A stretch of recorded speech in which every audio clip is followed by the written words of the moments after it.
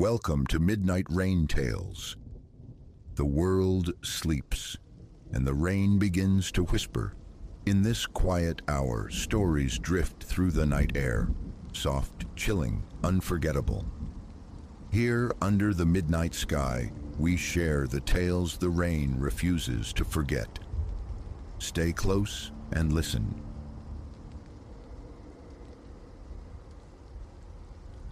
The hush was the first assault. Not silence, but a thick, suffocating hush that pressed against the ears. In all my years navigating the fractured landscapes of families, no dwelling had ever felt so profoundly empty of sound, so unnervingly still. Before me stood the Holloway place, an old farmhouse sagging under the weight of time, its paint flaking like sunburnt skin, a stark skeleton against the vibrant pulse of the surrounding emerald fields. A wrongness permeated the air, a discordant note I felt deep in my marrow. This visit had coiled like a serpent in my gut since dawn. The Holloways, perpetually shadowed by whispers of discord, were usually tended to by my colleague, now sidelined by illness. Just a standard welfare check, my supervisor had offered, a platitude evaporating the moment I faced the peeling porch planks, my knuckles suspended mere inches from the weathered wood. Standard felt worlds away. My rap echoed, swallowed instantly by the void. Nothing stirred. I tried again, a sharper percussion against the grain. Still, only the oppressive quiet answered. The unease that had merely fluttered now tightened into a cold, dense knot below my ribs. Hello? My voice, thin against the stillness, pressed towards the door. Mr. Holloway? Mrs. Holloway? It's Alara Vance from Community Services. I'm here for our appointment. Silence held dominion. Tentatively, I reached for the knob, anticipating resistance. It yielded with startling ease. The door groaned inward, a low lament unveiling an interior steeped in shadow. Hello? I ventured again, my foot crossing the threshold with a hesitant reverence. Is anybody present? The living room was a tableau of violation.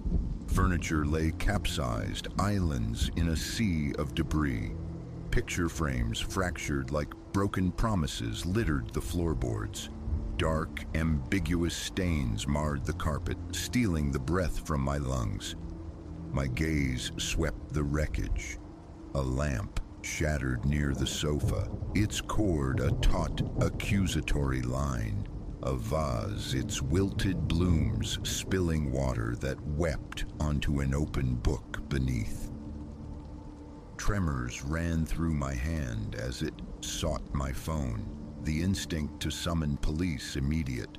But then a sound, faint, fragile from the upper reaches of the house. A whimper, almost lost beneath the frantic drumming of my own heart.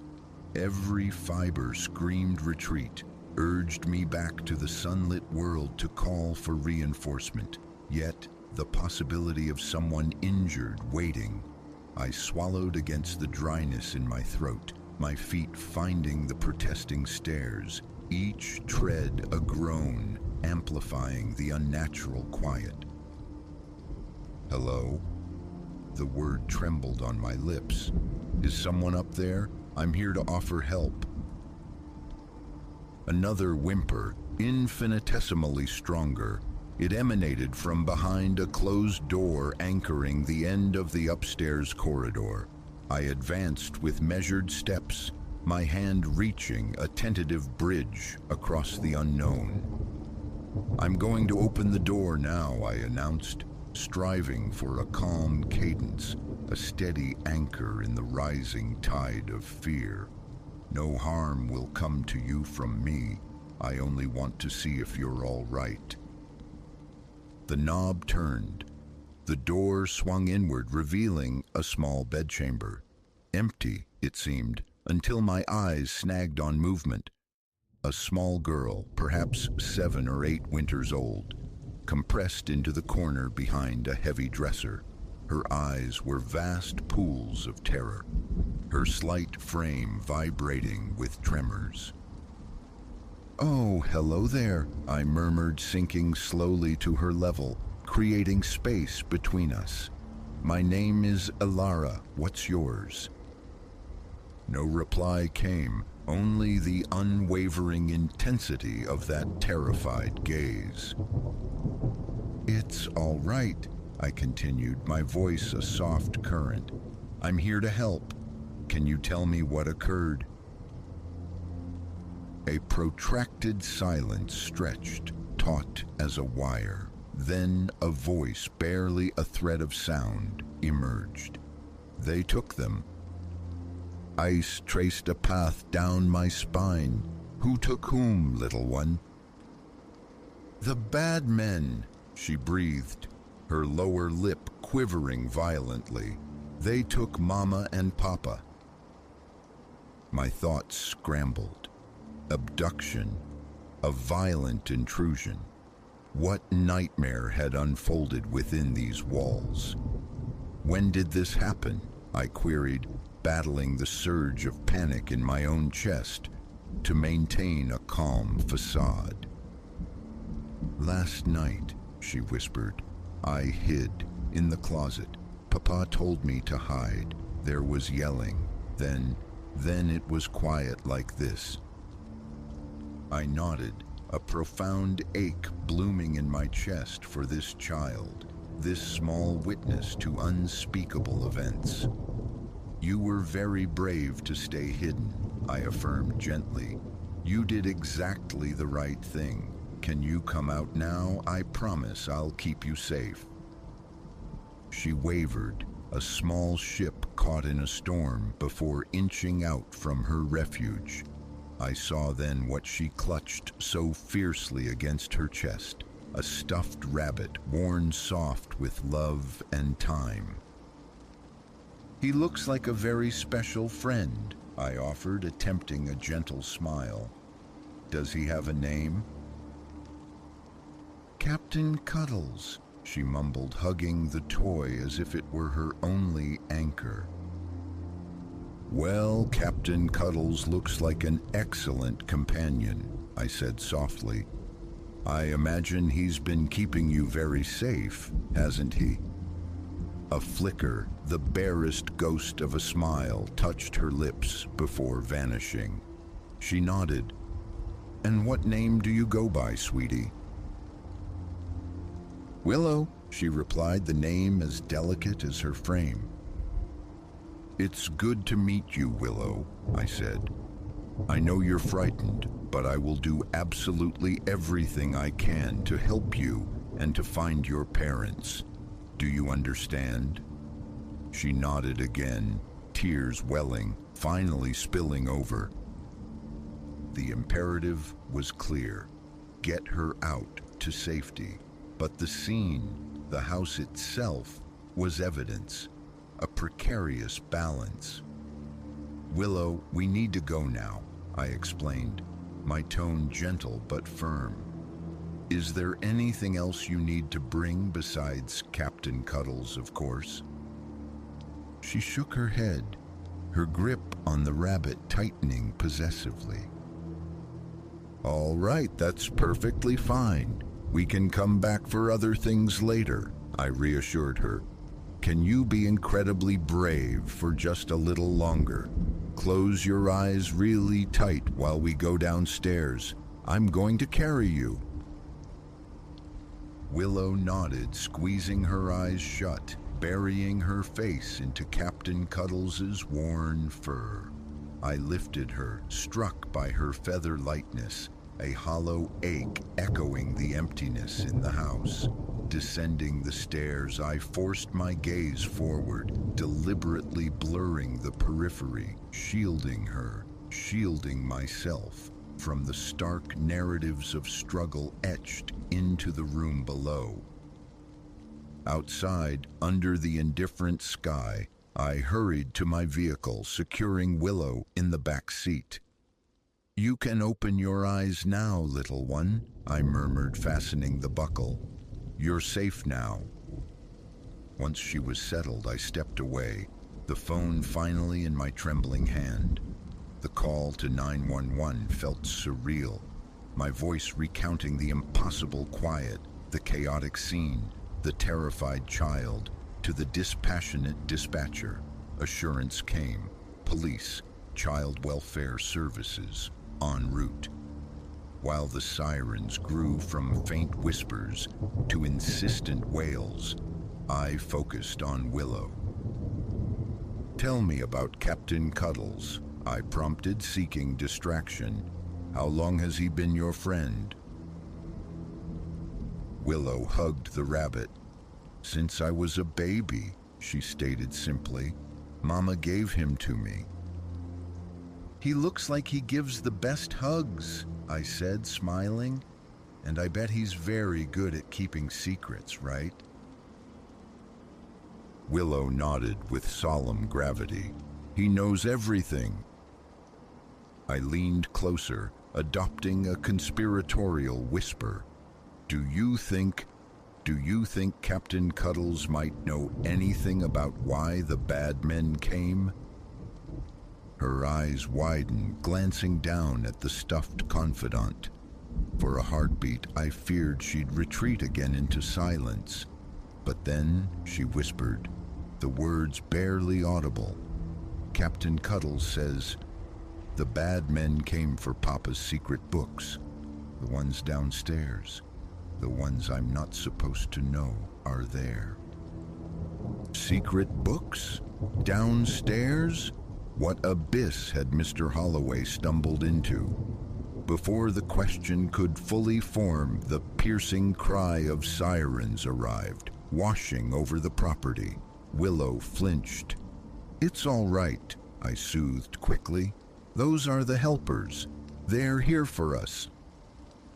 Police cruisers materialized, followed closely by a CPS vehicle. I gave Willow's small hand a reassuring squeeze. "I need to speak with these people for a little while," I explained.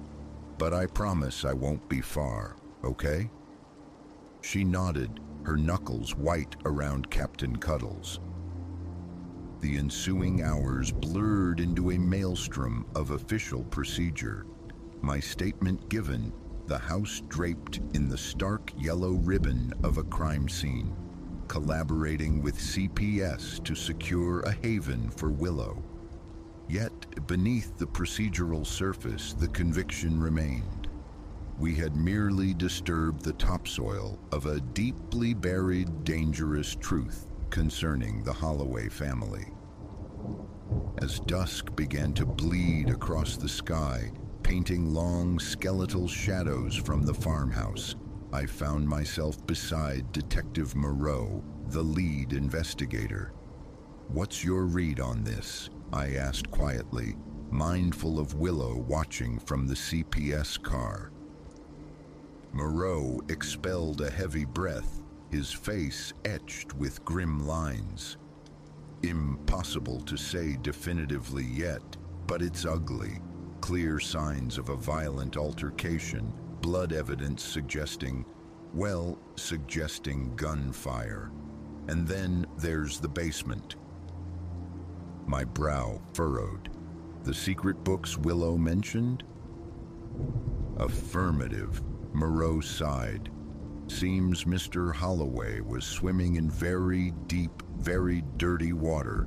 Financial ledgers, offshore routing numbers, the whole architecture of serious money laundering. My working theory, he tangled with the wrong creditors, people who don't negotiate." My gaze drifted back to Willow, a crushing weight settling in my chest. Her entire universe fractured overnight. For what? Avarice? A cascade of ruinous choices? "What happens from here?" I asked.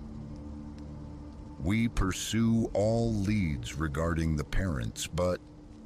Moreau left the grim implication hanging in the cooling air. The child goes into emergency foster placement for now. We'll need to interview her more formally, but gently, very gently, considering. I nodded, acknowledging the tightrope walk between justice and the preservation of a shattered childhood. Watching Willow being driven away, Captain Cuddles a steadfast sentinel against her chest, my thoughts spiraled outwards, encompassing all the other families balanced precariously on similar precipices. How many other Willows existed, just one disastrous decision away from annihilation? Sliding into my own car, my hands clenched the steering wheel, knuckles white. This work offered no immunity to heartbreak, no callousing of the soul. But for every Willow adrift in the wreckage, there was the imperative to show up, to advocate, to fight. As I pulled away from the farmhouse, leaving the flashing emergency lights and the stark boundary of crime scene tape receding in my rearview mirror, I forged a silent vow to the small girl with the terrified eyes. I would follow this path wherever it twisted. She deserved truth. She deserved justice. She deserved the chance to heal. The way forward stretched long and shadowed, but I would walk it alongside her, step by painstaking step.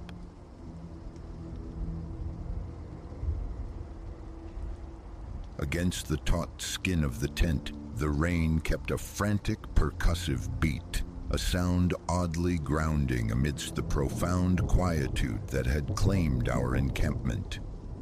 I cinched my sleeping bag tighter, a tremor running through me that owed nothing to the damp air. A wrongness permeated the atmosphere, palpable in the sudden, preternatural hush of the surrounding woods. This was meant to be catharsis, a weekend pilgrimage into the wild heart of the mountains for myself and 5 kindred spirits from university, a final exhalation before the suffocation of exams, a chance to weave ourselves back into the tapestry of nature and each other. Yet from our first steps into this isolated hollow, a dissonance hummed beneath the surface. Trivialities at first, possessions vanishing from packs, only to reappear nonsensically elsewhere. Susurrations carried on the breeze that twisted human cadence into something else, and the sigils, stark, archaic geometries gouged into the ancient trees encircling us. We dismissed them with nervous laughter, attributing them to prior occupants, but now, cloaked in night, they radiated a chilling intent.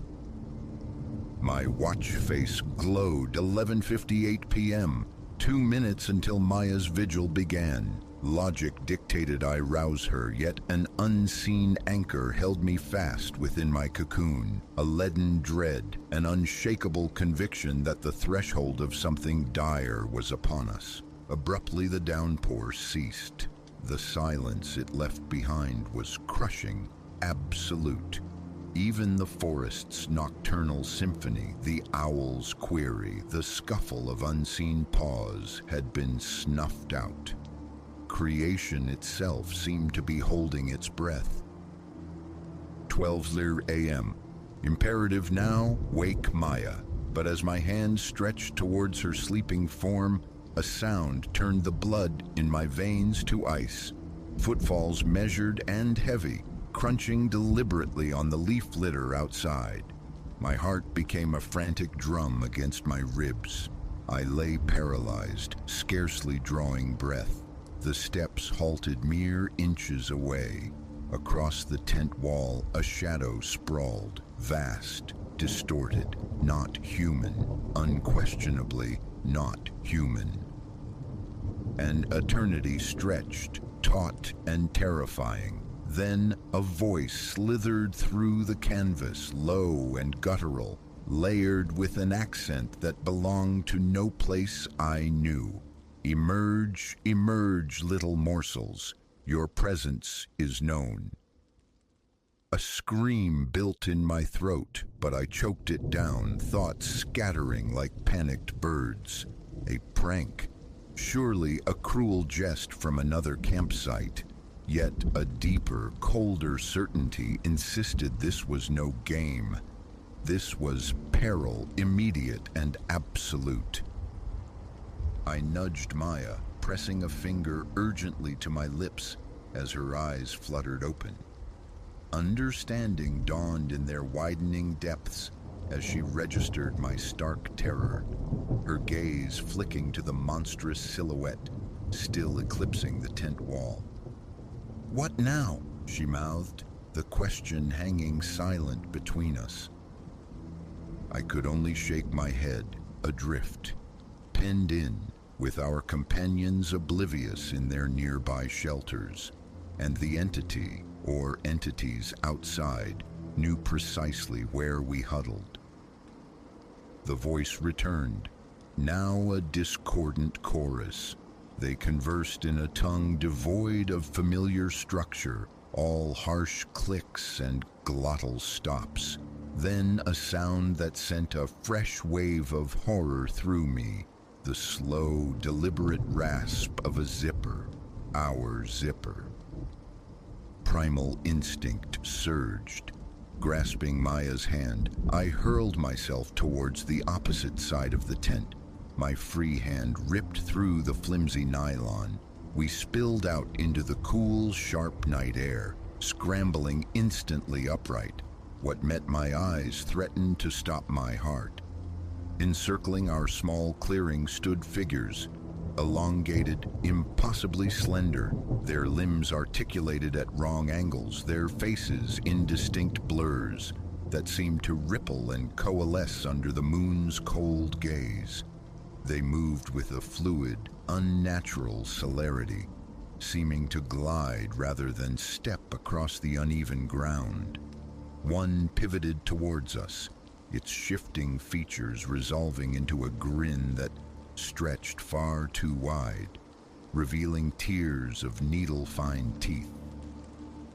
"Run!" The word tore from my throat, raw and ragged. "Everyone, run!" Pandemonium erupted. Friends burst from their tents, blinking in confusion that swiftly curdled into terror. The beings, for no other word fit, flowed with astonishing speed, intercepting frantic escape attempts. We scattered, plunging blindly into the dense undergrowth, propelled solely by the desperate imperative to flee. Screams echoed behind me, pursued by sounds I refused to decipher. I dared not look back.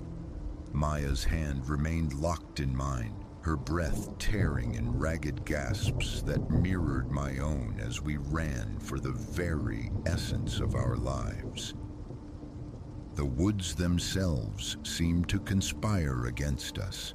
Branches lashed out like skeletal fingers, snagging fabric. Roots heaved upwards, treacherous snares in the gloom. It felt as though the very earth aided our hunters. We fled for what felt like an age, the sounds of pursuit a relentless counterpoint to our gasping breaths. Lungs burned, legs screamed protest, yet terror was a merciless goad. At last, we burst into a small, moon-drenched clearing. At its heart stood a dilapidated stone edifice, some ancient tomb or mausoleum, crumbling into ruin. Instinct drove us towards it. The heavy stone door groaned in protest as we threw our combined weight against it, tumbling inside and slamming it shut, the resonant thud sealing us within.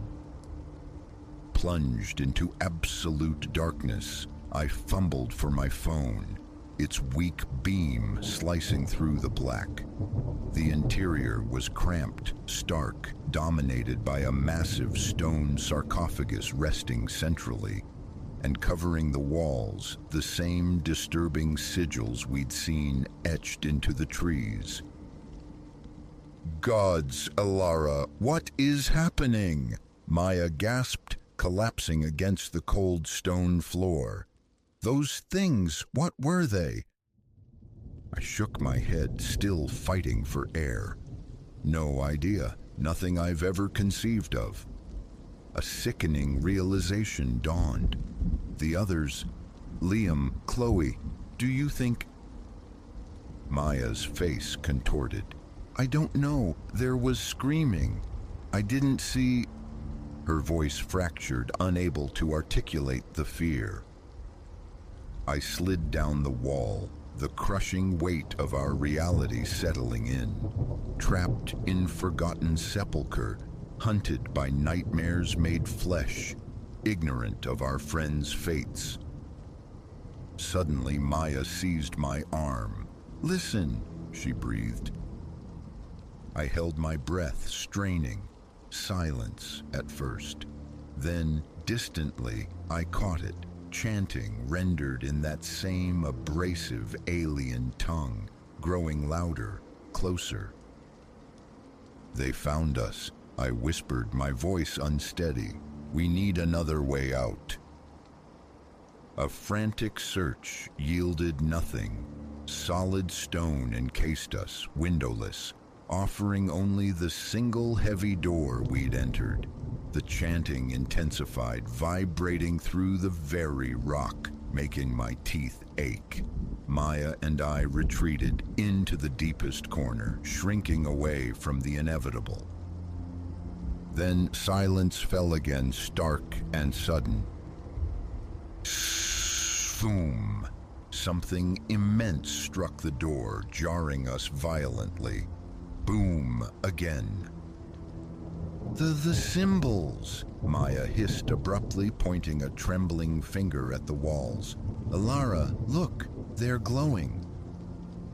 She was right.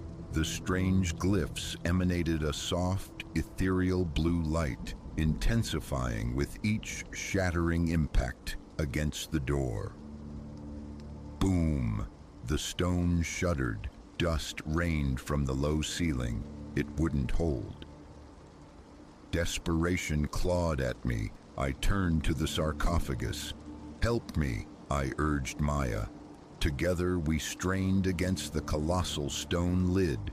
It remained immovable. Boom! A jagged crack spiderwebbed across the door. "Please," I murmured, unsure who or what I addressed. "Anyone, please, help us." As if my plea were a key, the sigils on the walls blazed with sudden, fierce intensity. The sarcophagus lid began to shift, grinding aside with the sound that grated on the soul. Maya and I exchanged a look of pure terror. What had we unleashed? Bam, boom. The door splintered inwards, spilling pale moonlight onto the dusty floor. Simultaneously, from the depths of the opened sarcophagus, a presence began to ascend. A figure tall and commanding, enveloped in the same cerulean luminescence that pulsed from the walls. As the first of our pursuers lunged through the ruined doorway, the figure from the stone coffin turned. I glimpsed a countenance impossibly ancient, radiating power, its eyes like twin burning stars. It uttered a single word, a resonant tone that vibrated through the tomb's foundations. The creatures shrieked, a sound not of aggression, but of abject terror. A blinding flash consumed everything, then profound silence. When my sight returned, the creatures were gone. The door stood intact, solid, as if never breached. Before us stood the figure from the sarcophagus, its light softer now, yet still palpable. "You roused me," it stated, its voice less thunderous but still humming with ancient energy.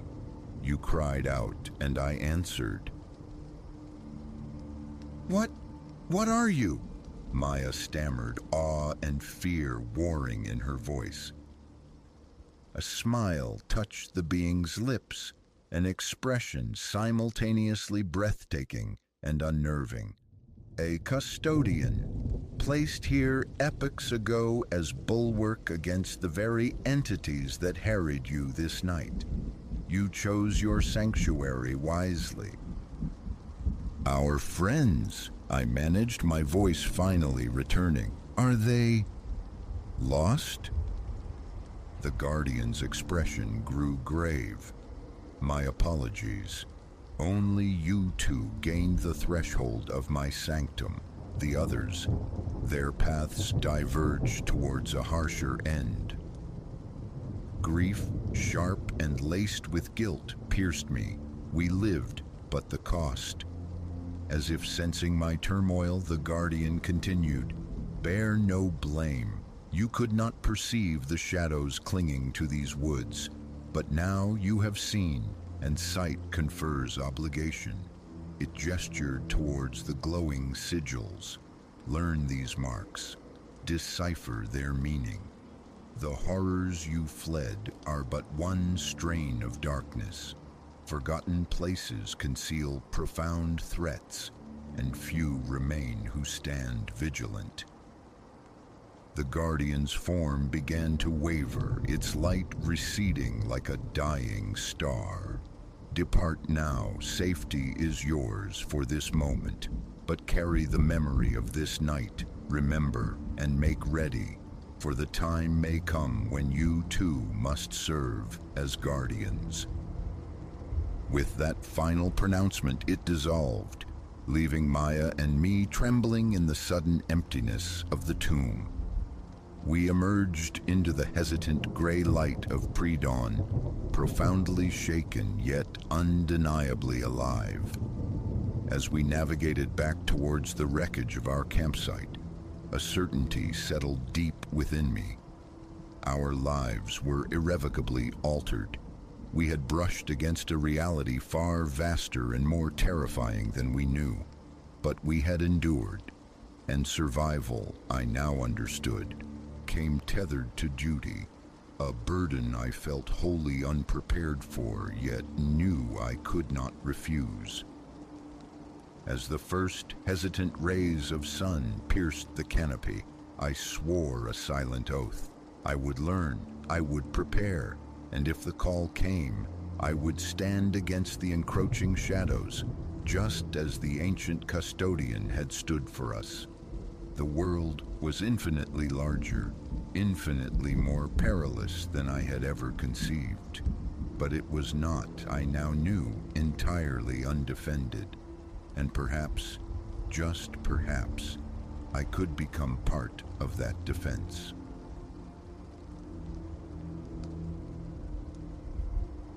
No one anticipates a pragmatic solution, a mere lease for storage, morphing into the locus of profound disquiet. I required volume for construction supplies, a sanctuary for weekend fabrications, free from neighborly complaint about noise or mess, a purely functional necessity. By day, the structure presented as utterly unremarkable, a cavernous shell punctuated by shelving units and vacant storage bays. But under the shroud of night, its character underwent a chilling metamorphosis. The agreement was finalized some 3 months past. The proprietor, seemingly forthright, vouched for the building's integrity, citing a history devoid of tenant issues. The rent felt equitable, the locale convenient, a short 15-minute drive separating it from my home.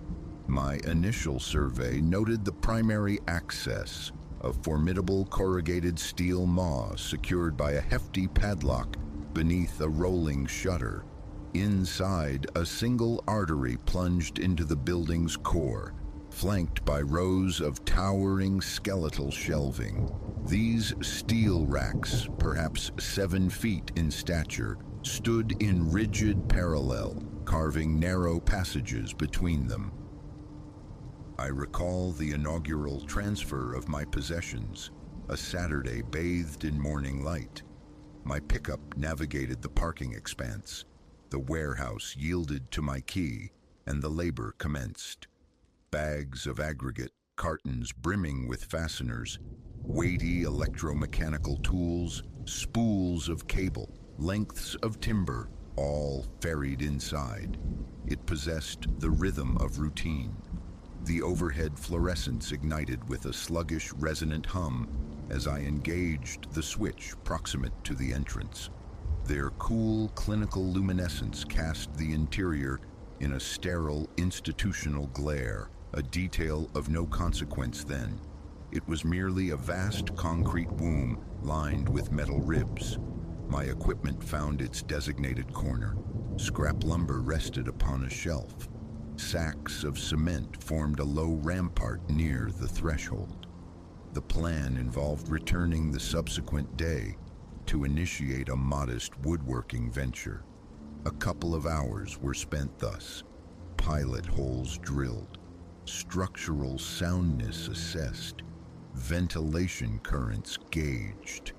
Nothing aberrant registered when I secured the premises that afternoon. The place felt dormant, ordinary. The first whisper of the uncanny manifested roughly a week later. Dinner concluded, I remembered a carton of nails forgotten in the truck bed. Rather than retrieve it for the house, a fleeting thought surfaced. Simple enough, I'll deposit it at the warehouse. It was nearing 8 in the evening. Daylight had fully surrendered. Upon arrival, unlocking the heavy door, I breached the interior threshold. The light switch, conveniently situated, was my first interaction. The instant I flipped it, a sharp, distinct tink resonated from the deeper recesses. A brief metallic report, akin to a small object striking steel. I froze, straining my ears against the sudden quietude that followed. Nothing. Thermal contraction, I reasoned, or perhaps settling contents. The thought was dismissed. I proceeded to the designated shelf, deposited the new box, performed a cursory check of my tools, all accounted for. As I pivoted to depart, a drawn-out scree sliced the air.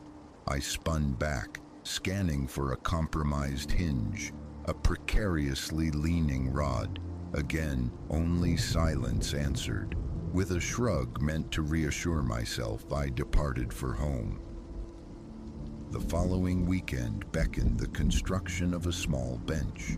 Arriving around 10 in the morning, I established my workspace. The circular saw whined. Wood yielded to measurement and blade. Sawdust perfumed the air. The entire day unfolded within those walls, concluding near 6 in the evening, marked by a sense of accomplishment. Throughout those sunlit hours, no anomalous sounds, no prickling unease. A thoroughly unremarkable, blessedly silent session of labor. That very evening, however, around 9, the realization struck. A costly power tool remained exposed, not secured within its cabinet as prudence dictated. Back I drove. The parking area lay submerged in near total darkness, relieved only by a solitary, distant street lamp, bleeding weak light at the corner. The air possessed an unseasonal chill. Parking, retrieving my torch from the glove compartment, I entered. The warehouse lights flickered hesitant before achieving a steady, cold burn. It was then that I heard it again. A grating, metallic shk slithered through the air from somewhere deep amongst the shelving aisles. The unmistakable drag of heavy metal on raw concrete, slow, intermittent, lasting mere seconds. Visceral fear clamped down. My heart hammered against my ribs. Holding my breath, I listened intently. The sound ceased. Building settling, my rational mind insisted, shifting loads. I forced myself towards the cabinet, housing my drill, unlocked it, secured the tool, relocked it, striving to banish the noise from my thoughts. Turning back towards the entrance, it returned, amplified. I stopped dead. The scraping originated from the third row. My torch beam stabbed in that direction, illuminating only the impassive gleam of fluorescent light on steel frames. No visible motion, no errant shadows, yet the sound persisted, sharp and undeniable. A metal bar, a length of chain being laboriously dragged across the floor. My gut tightened, my mouth felt arid. "Hello?" I called out, my voice thin. "Anyone there?" Silence was the sole reply. Desperate for a logical anchor, I paced slowly down the third aisle, scrutinizing each bay. Nothing seemed disturbed. The shelves stood resolute. No loose components suggested autonomous movement. My gaze swept the concrete floor, barren.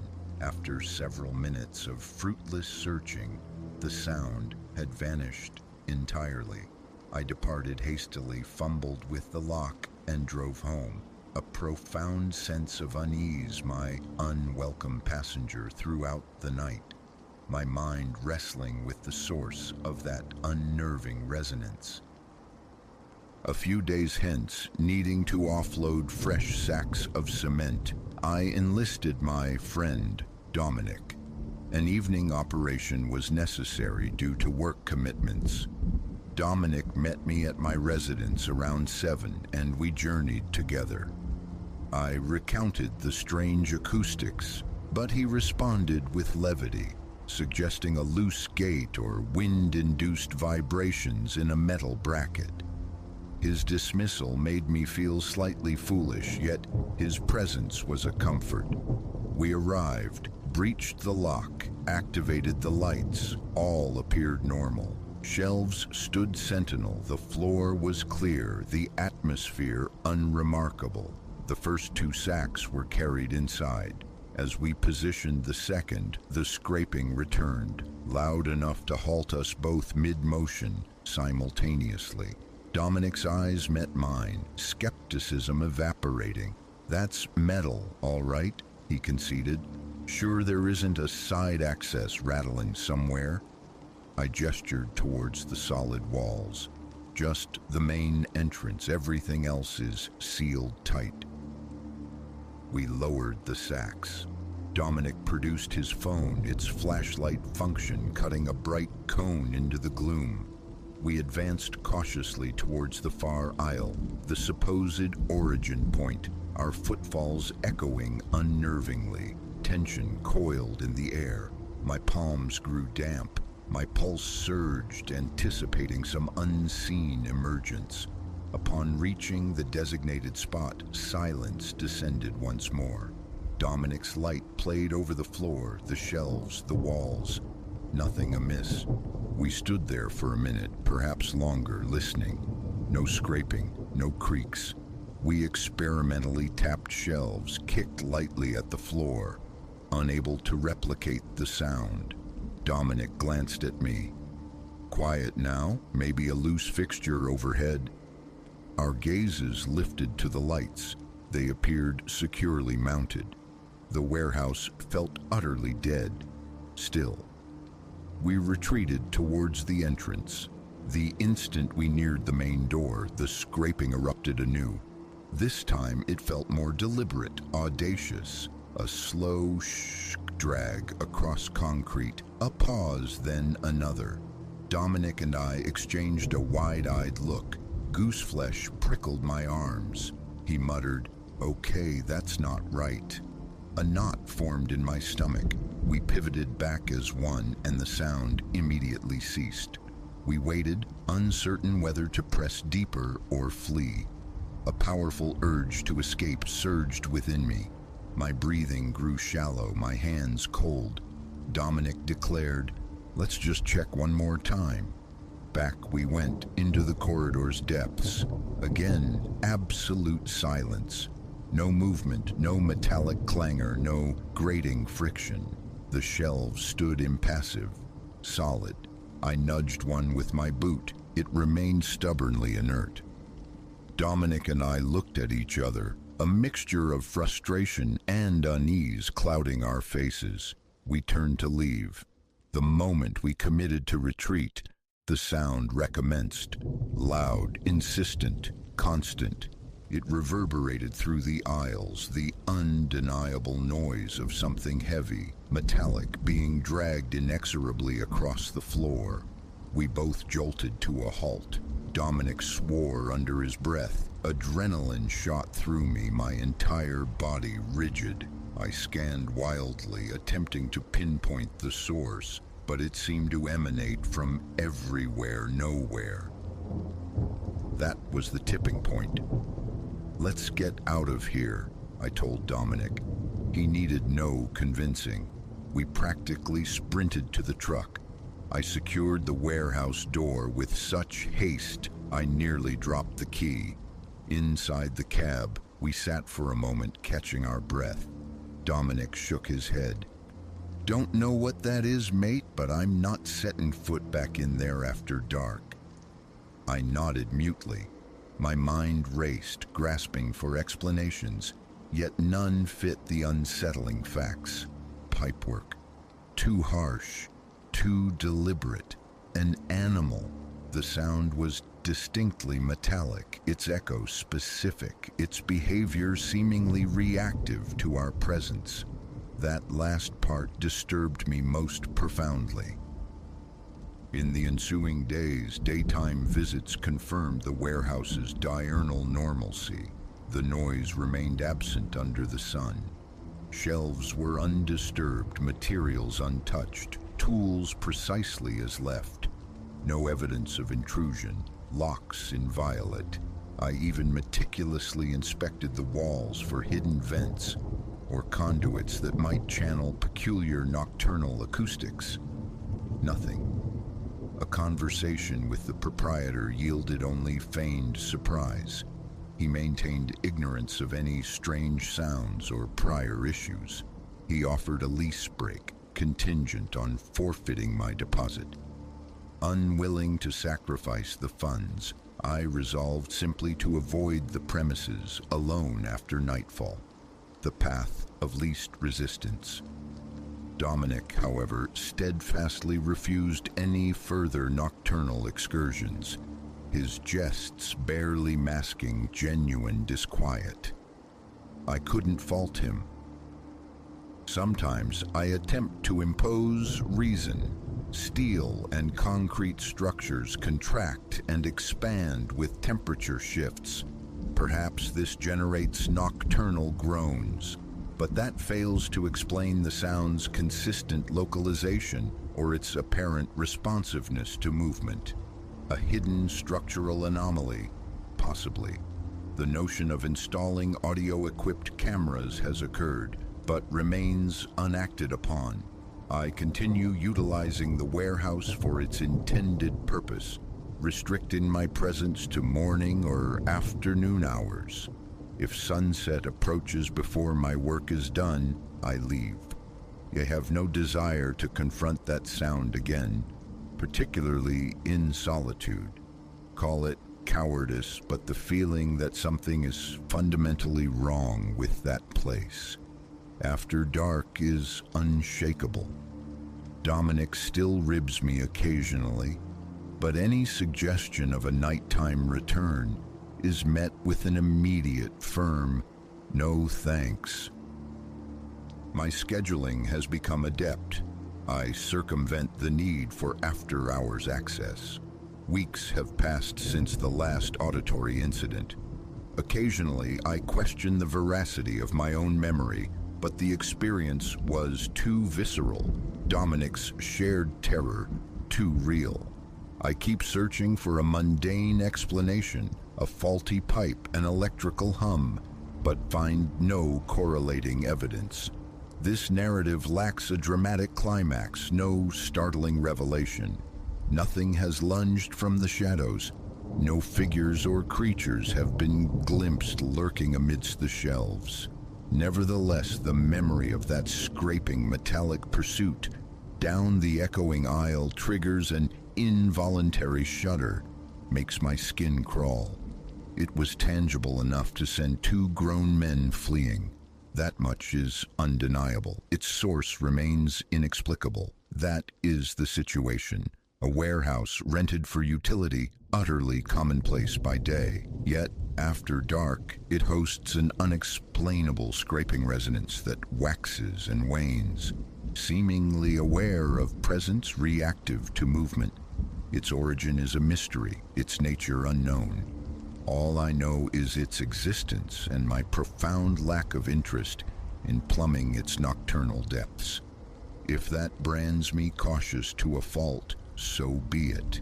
Safety feels preferable. For now, I maintain my distance when the sun descends, attempting to silence the unsettling echo that lingers stubbornly in my mind.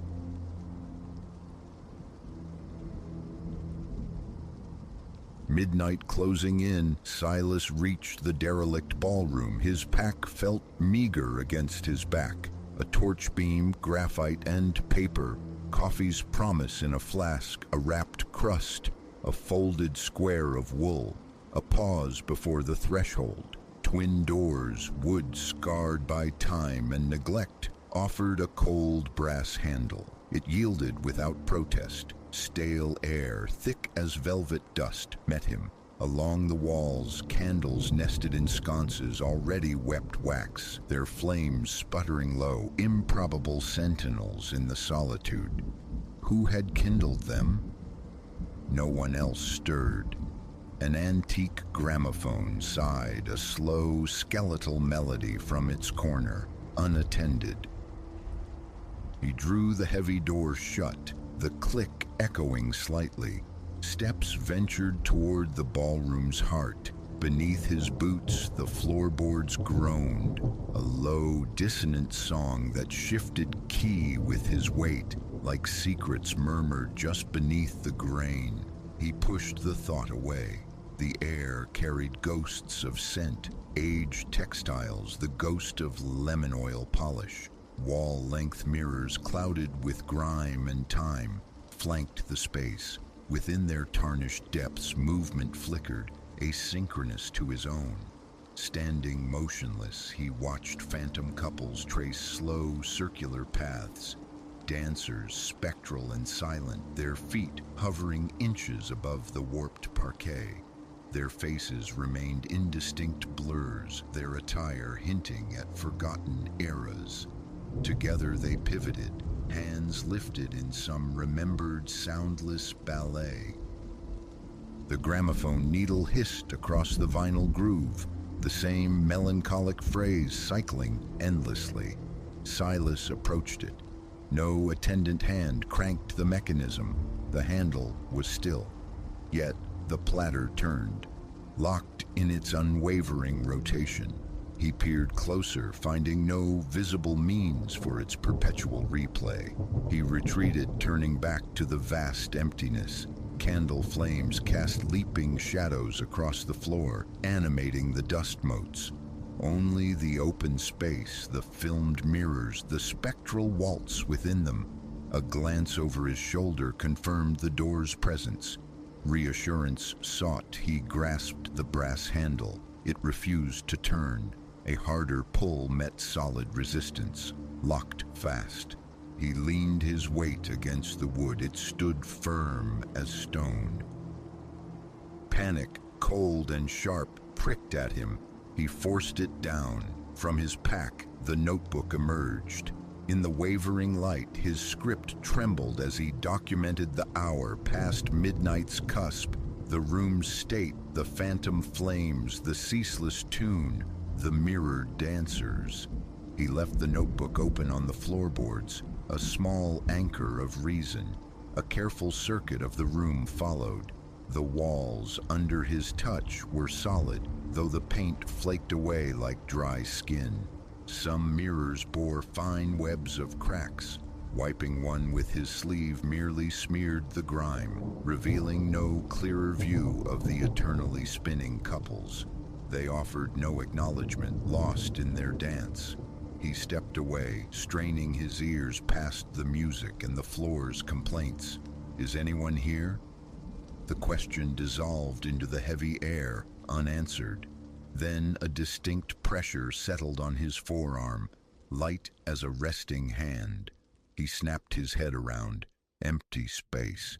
He jerked his arm free. The sensation vanished, leaving only a faint tingling, a ghost of contact. It hadn't been forceful, more a gentle insistence.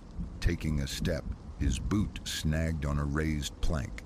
He crouched, tracing the uneven joins with his fingertips.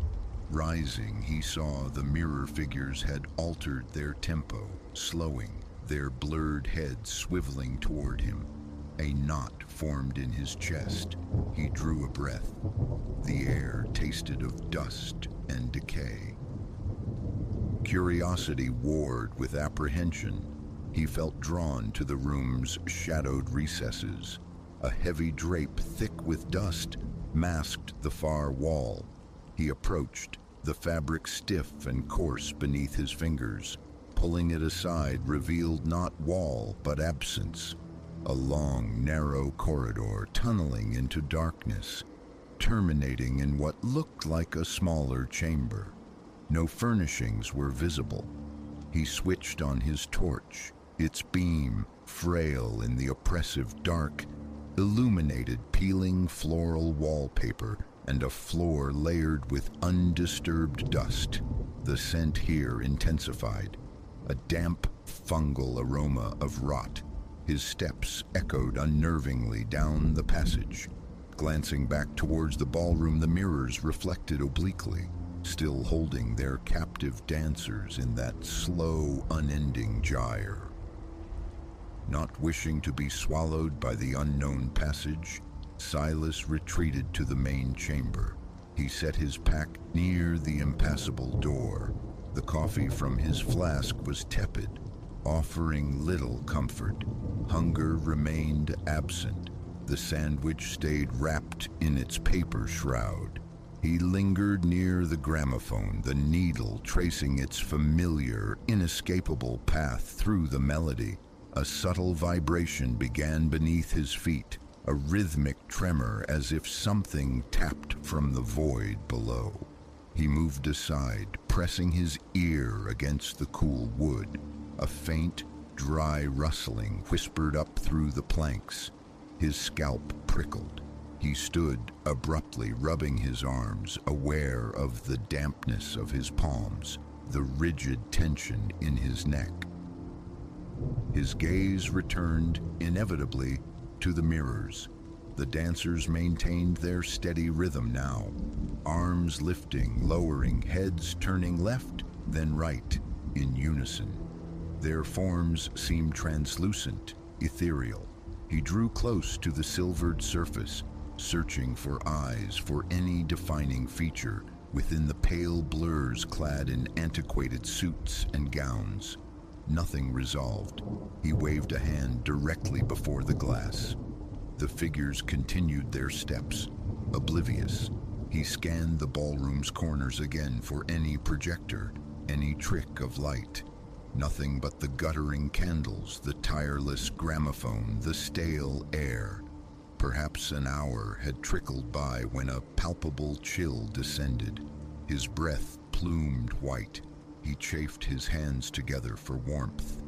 The music played on, indifferent. Moving toward a candle, he watched its flame dance wildly as if caught in a draft, though the air remained utterly still. The tall windows were shut fast. He tested one. The latch was frozen, immovable. The glass felt icy and dense against his palm.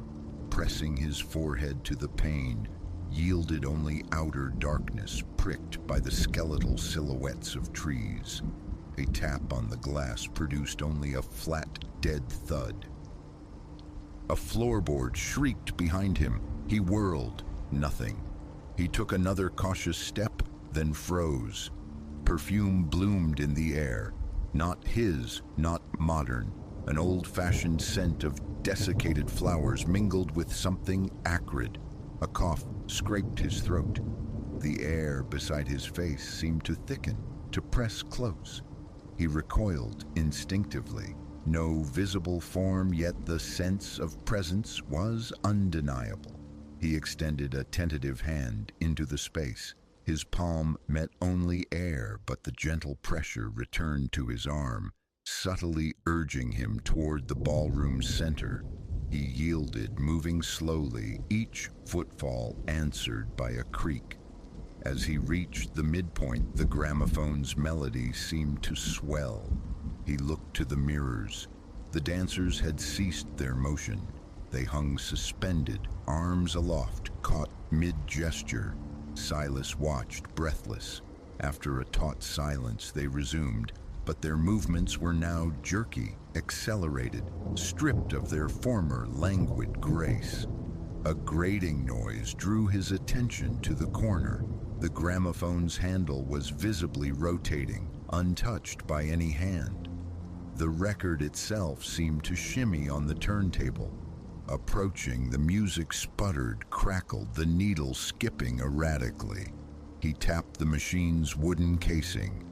The needle jumped, silencing the tune for a heartbeat before it resumed its obsessive loop. Kneeling, he searched for any hidden switch, any modern intervention. He found only the simple antique components: horn, platter, arm, needle. The brass horn felt cold beneath his fingers. He withdrew his hand. No physical vibration emanated from the device, yet the music poured forth, clear and insistent. Silas backed away, a leaden weight settling in his chest. His limbs felt wooden. Each breath seemed constricted, the silence between the endlessly looping notes stretching thin and fragile. The world outside had ceased to exist. No wind sighed, no distant engine hummed. Only the relentless melody held sway. Resolve hardening, he returned to the door. He gripped the handle, pulling with all his strength. Immovable, he shoved, futile. A frustrated kick sent a hollow boom through the ballroom. Rummaging in his pack yielded only a small pocket knife.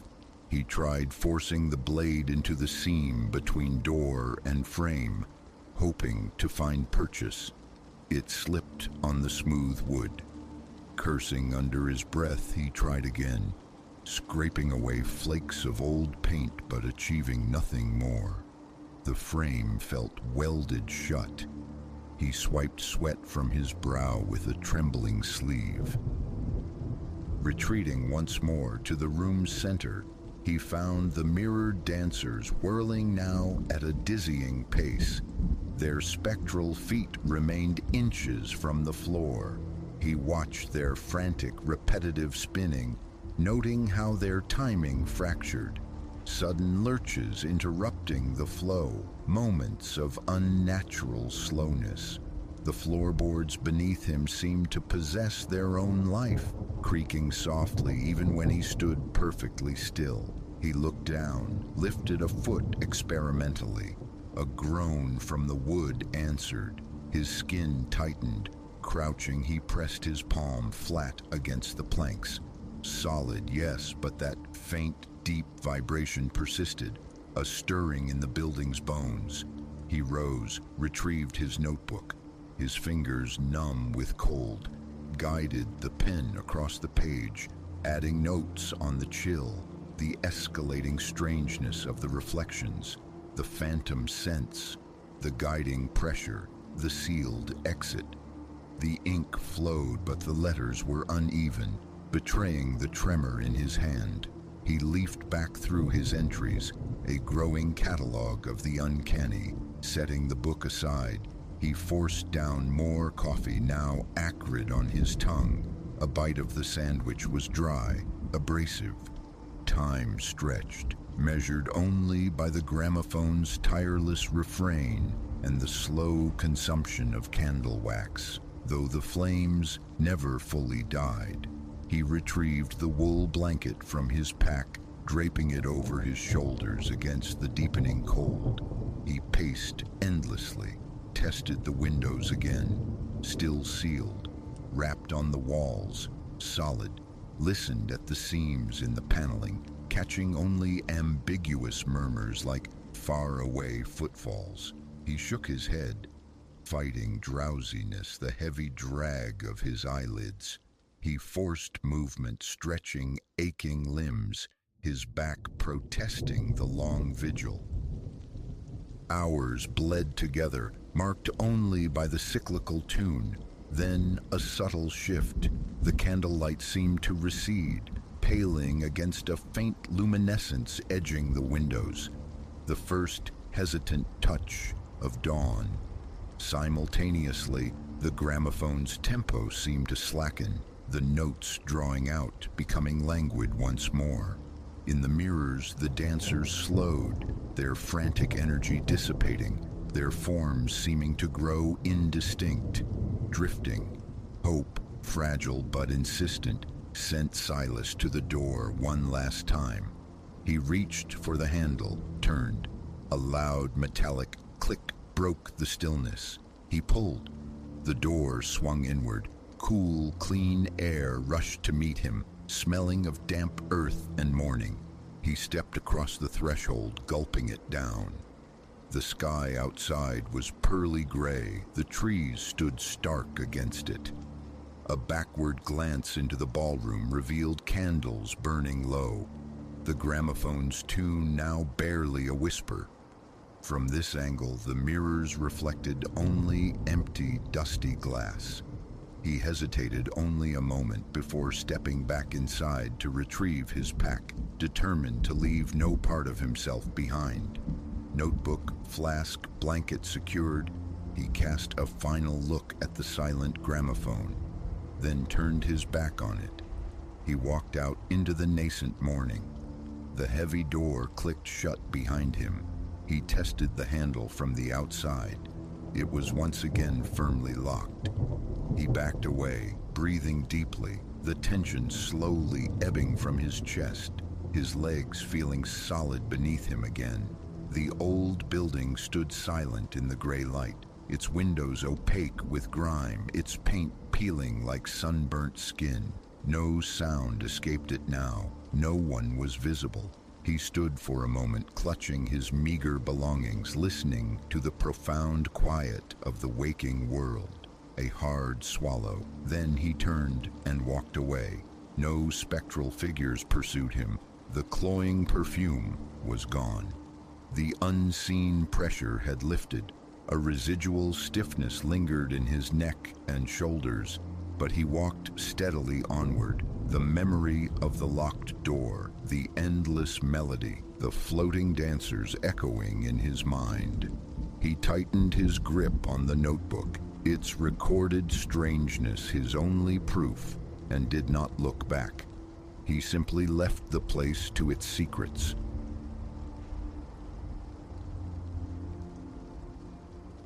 It began as a sibilance, a faint breathlessness threading through the Tuesday night quietude of St. Jude's Infirmary, not the familiar groans of the venerable building settling its old bones, nor the rhythmic sigh of ventilators down the hall. This was alien. I, Alara, night nurse for a decade within these shadowed corridors, knew the nocturnal symphony well. The sterile chime of monitors, the low moans from curtained beds, the squeak of my own soles on polished linoleum. All of it usually a lullaby of routine suffering. But this sound slipped beneath the rhythm, a discordance that prickled the skin. Past 2 bells, deep in the infirmary's slumbering heart, the source clarified. Room 313. A faint murmuration, barely cresting the hum of the overhead fluorescence. My roster confirmed it. 313 stood untenanted, its last soul discharged with the morning sun. Hesitation held me captive before the closed door, my hand hovering a breath away from the cool metal handle. A primal urge whispered retreat, urged me back to the known map of my rounds. Yet duty, that old taskmaster, demanded entry. Investigation was the mandate, assurance the goal. With a steadying intake of air that tasted faintly of antiseptic and something else, something indefinably stale, I pressed the door inward. Darkness greeted me, thick and cloying, relieved only by the ghostly green pulses of monitors left inexplicably alive. At first glance, an ordered void. The bed starkly made, linens pulled taut. The window a black rectangle behind drawn blinds. The medical apparatus inert, silent, but the sound persisted. Not a whisper now, but a pervasive susurrus, sourceless, seeming to emanate from the very air molecules charging the space with an oppressive, suffocating weight. Is someone present? My voice, unnaturally loud, was swallowed whole by the stillness. Silence answered, save for that ceaseless, near-subliminal sibilance. My fingers, clumsy with unease, found the wall plate. A fumble, a click. Fluorescent tubes sputtered, blinked, then flooded the room with uncompromising brilliance.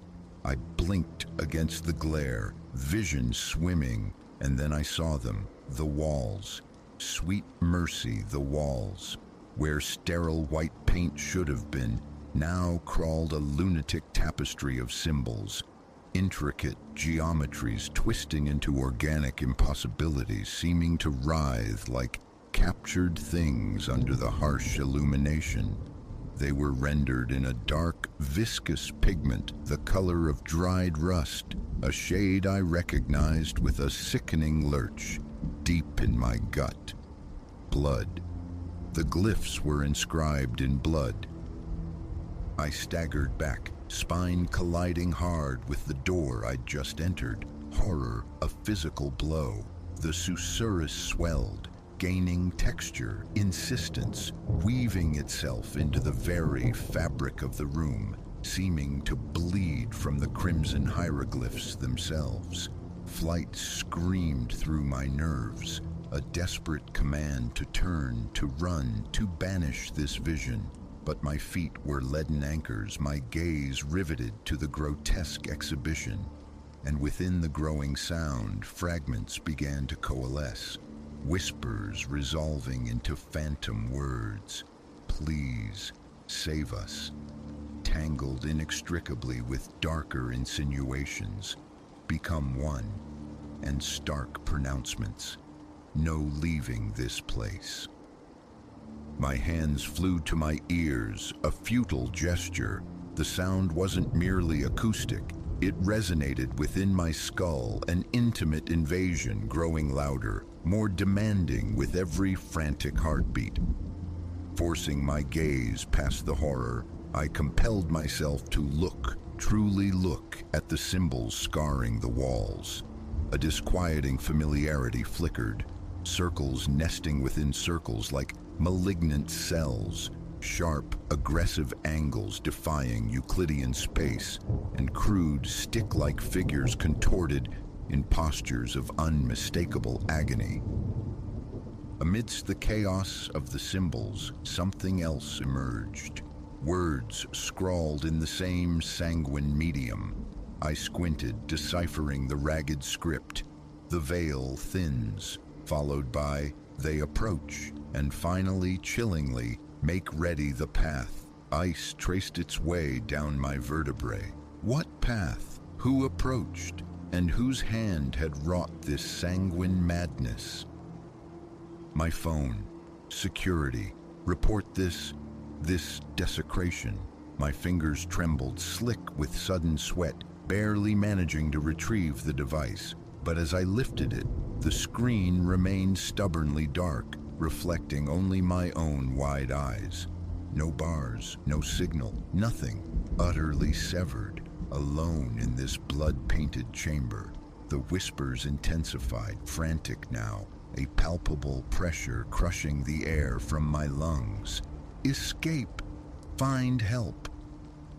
I turned, lunging for the door, my hand closing over the knob. Searing agony shot up my arm. A choked cry escaped me as I snatched my hand back.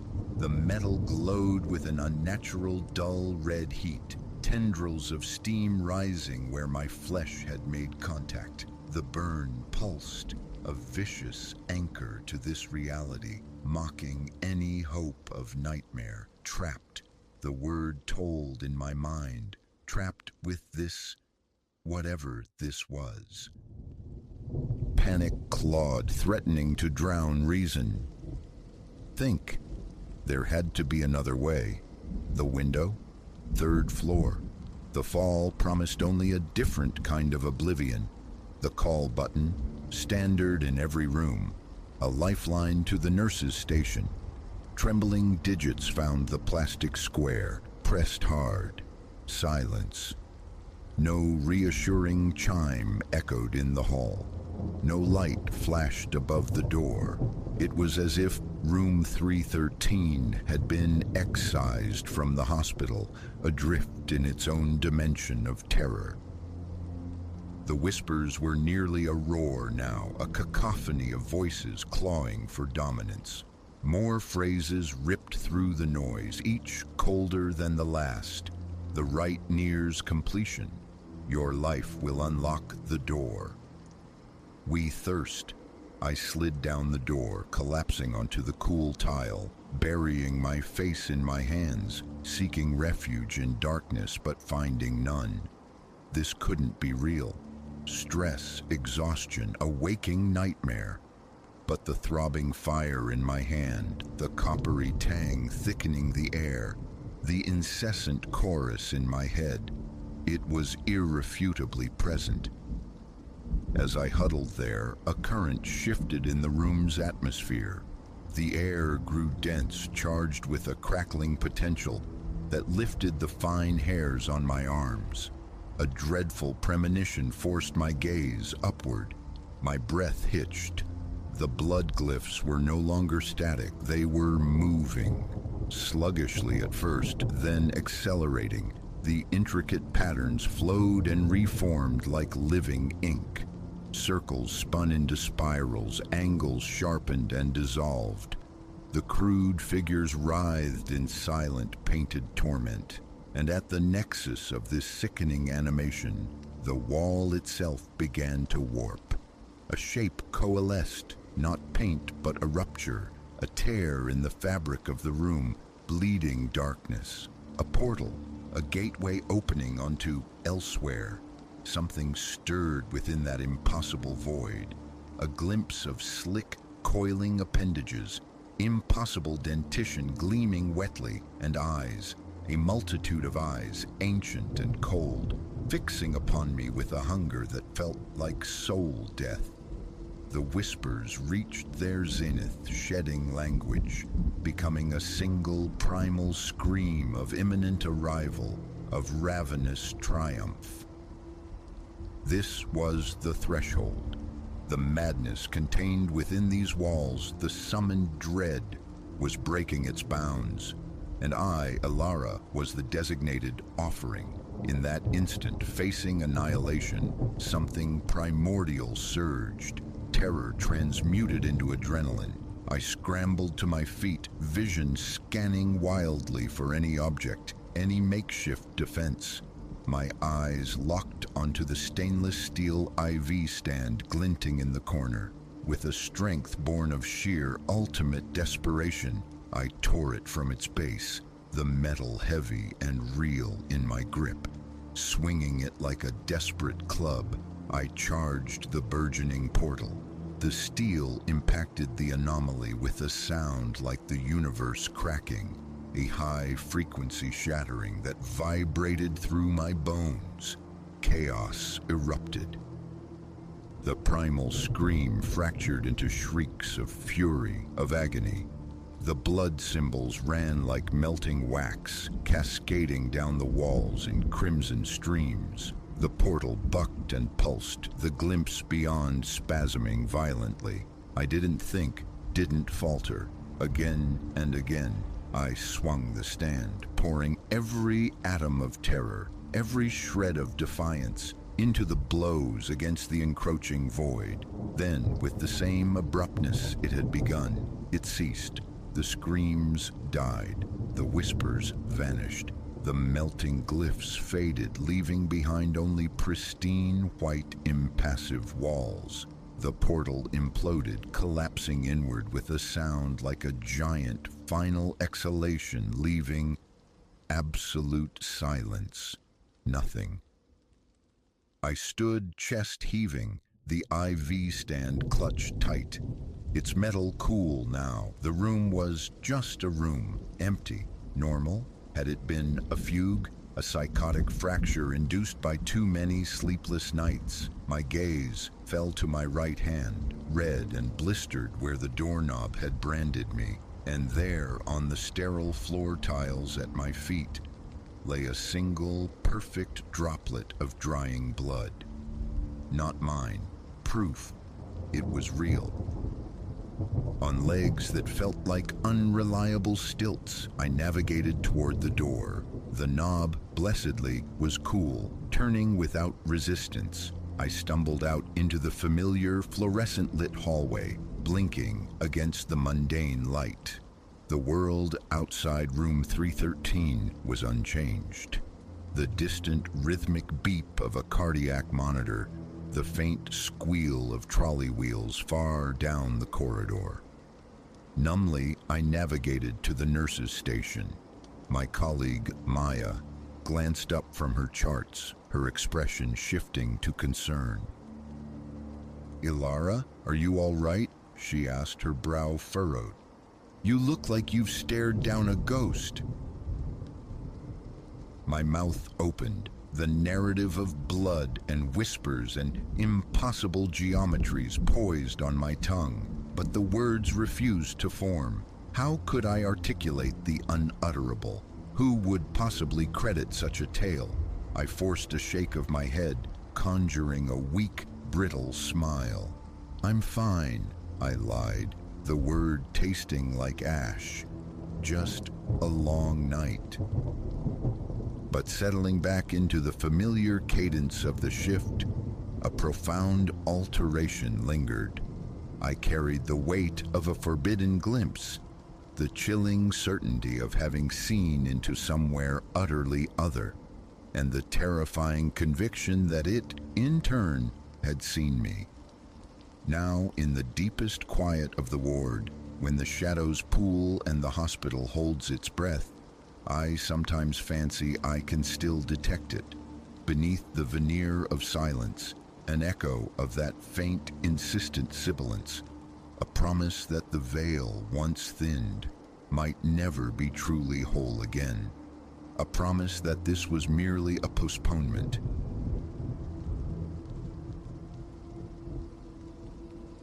A thirst, sharp and sudden as a pinprick, clawed Elias from sleep near the obsidian heart of the night, around 2. He surfaced groggily, disentangling limbs from sheets, scrubbed the sleep grit from his eyes, and navigated the brief passage separating bedroom from bath. Water was the objective. Cool water to soothe the parched ache deep in his throat. Perhaps a splash to banish the lingering phantoms of dream. But the threshold halted him. There, upon the cool tiles, glistened something aberrant. Wet footprints. Slender, almost delicate impressions. They were undeniably present, yet Elias hadn't trod through water, and solitude was the unchanging rule of his small apartment. He stood, a statue carved from sudden apprehension, gazing at the damp stigmata. They commenced directly before the porcelain basin of the sink, charting a path toward the waiting maw of the bathtub. The bathroom window, a single pane overlooking a lightless air shaft, was latched tight. The door stood closed at his back. No trail betrayed an entrance from the hallway or the world beyond. They simply began, there beneath the sink, the faint ceiling light reflecting like captured stars in their moisture. A tremor of unease shivered through him. Tentatively he advanced, taking care to skirt the unsettling marks. He held his breath, straining his ears against the profound silence of the sleeping building. Darkness pooled in the hallway behind him. Leaning low, his gaze traced the aqueous trail to its terminus, the sheer white cliff of the bathtub's edge. He braced himself, expecting dripping taps or pooled water within, but the basin was bone dry. Utter stillness reigned. He pivoted, scanning the floor around his own bare feet. Dry. He hadn't unknowingly created them. A faint, cool sweat prickled the nape of his neck. Hastily, he drew a cup of water from the tap, drank it down in quick, nervous gulps, and retreated. Back in the perceived safety of his bed, he commanded himself to erase the image, to dismiss it as a trick of light or lingering sleep. The following night, the summons came again, near the same hour. That insistent dryness in his throat, a peculiar pattern, this nocturnal thirst. He rationalized it. Coincidence, perhaps, an over-salted dinner. He padded down the short corridor, reached the bathroom doorway, and froze. They were back. The same narrow, wet prints gleaming faintly under the wan illumination, but their orientation had shifted. Still originating before the sink, still leading toward the tub, yet angled differently now, as if their unseen maker had paused, turned slightly, before resuming the short, inexplicable journey. He listened. This time, a sound accompanied the visual anomaly. Faint, incredibly low, it hovered on the edge of hearing. A hum, perhaps, or a muted, tuneless singing, its source infuriatingly indistinct within the small chamber. A profound chill traced its way down his spine, tightening the skin across his back. The air itself felt colder. His heart began a frantic rhythm against his ribs. Hesitantly, he extended a hand, fingertips brushing the cool, smooth porcelain of the sink. Dry. He traced a line across the floor tiles. Dry, save for the footprints themselves. He edged closer, attempting to follow their path, but as he neared the tub, the cold intensified sharply at the back of his neck, raising goose flesh along his arms. The humming swelled, a knot tightening in his stomach. He recoiled, backing out of the room, and fled once more to his bedroom. Sleep now a distant shore beyond a sea of disquieting thoughts about wet impressions on a dry floor. On the third night, Elias resolved to be methodical. Before surrendering to sleep, he meticulously dried the bathroom floor with a thick towel, ensuring every tile gleamed under the light. Windows were secured, the apartment surveyed. He lived alone. No hidden key granted access. He set his phone alarm for 1:30, intending to preempt the thirst, to catch the room in its undisturbed state. The chime jolted him awake in the pre-dawn stillness. He crept down the hallway, eschewing lights, a silent hunter in his own home. He flicked the bathroom switch, and there they were, wet, shining stark against the deliberately dried floor. He knelt, extending a tentative finger to touch the surface of one print. Cold, not freshly made, but the chill of water left standing. He rubbed his thumb and forefinger together, feeling the definite dampness. He brought his fingers to his nose. Only the scent of water, neutral, devoid of chlorine or any chemical tang. Nothing. He felt the fine hairs on his forearm prickle upright. He listened. The low humming returned, quieter tonight, yet steady, a single unwavering drone hanging in the air. He leaned toward the bathtub, the sound amplified subtly. A constriction tightened his throat. With conscious effort, he reached out, grasped the plastic shower curtain and pulled it aside. Empty. Dry. He swept his phone's flashlight beam across every corner, every tile joint. Nothing stirred. Behind him, the footprints remained, silent witnesses. Turning back, he noticed something new. There seemed to be fewer prints than the previous night, and they described a gentle arc, curving as if navigating around some unseen obstacle before reaching their usual destination at the tub's edge. He swallowed against a dry knot, exited the bathroom, and spent the remaining hours until sunrise, huddled in his living room chair. The question echoing, what was he to do? Night 4 demanded confrontation. Elias forewent sleep, stationing himself in his darkened bedroom, the door ajar, eyes fixed on the shadowed hallway. He'd left the bathroom light off, its door cracked open just enough to offer a sliver of visibility. Around the familiar hour, 2 a.m., a soft sound reached him, dripping, not from a tap, but like individual droplets striking tile. He waited, minutes stretching taut, sweat filming his palms. Rising silently, he stole into the hallway, peered through the crack. Even in the near darkness, he could discern the telltale sheen before the sink. He pushed the door open and flipped the light switch. An immediate, palpable draft of cold air brushed his face. The humming was present, louder now, its pitch subtly altered. He hesitated, then forced a foot across the threshold. Instantly, a violent shiver coursed up his spine. His breathing grew shallow, a frantic pulse beginning to throb at his temple. He tried to form words, his mouth suddenly desert dry. "Who's here?" he managed, the sound barely a whisper. Silence answered, save for the persistent hum. The footprints lay undisturbed, ending their journey at the tub. His reflection stared back from the mirror, pale and strained beneath the overhead glare. He leaned over the sink, turned the faucet. Water flowed clear and normal. He splashed his face, glanced back down the dark hallway, then turned again to the prints. Unchanged. He touched the tub's rim, cold, dry porcelain. Seizing a towel, he knelt and began to wipe at the footprints.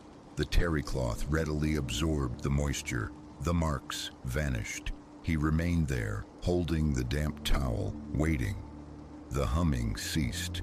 He left the bathroom, the silence now feeling heavy, and sat on the edge of his bed in the dark until morning broke. The ensuing nights became a series of experiments. One night, a sheet of cardboard laid flat on the floor. Another, a fine dusting of flour across the tiles. Then a dry towel placed strategically before the sink.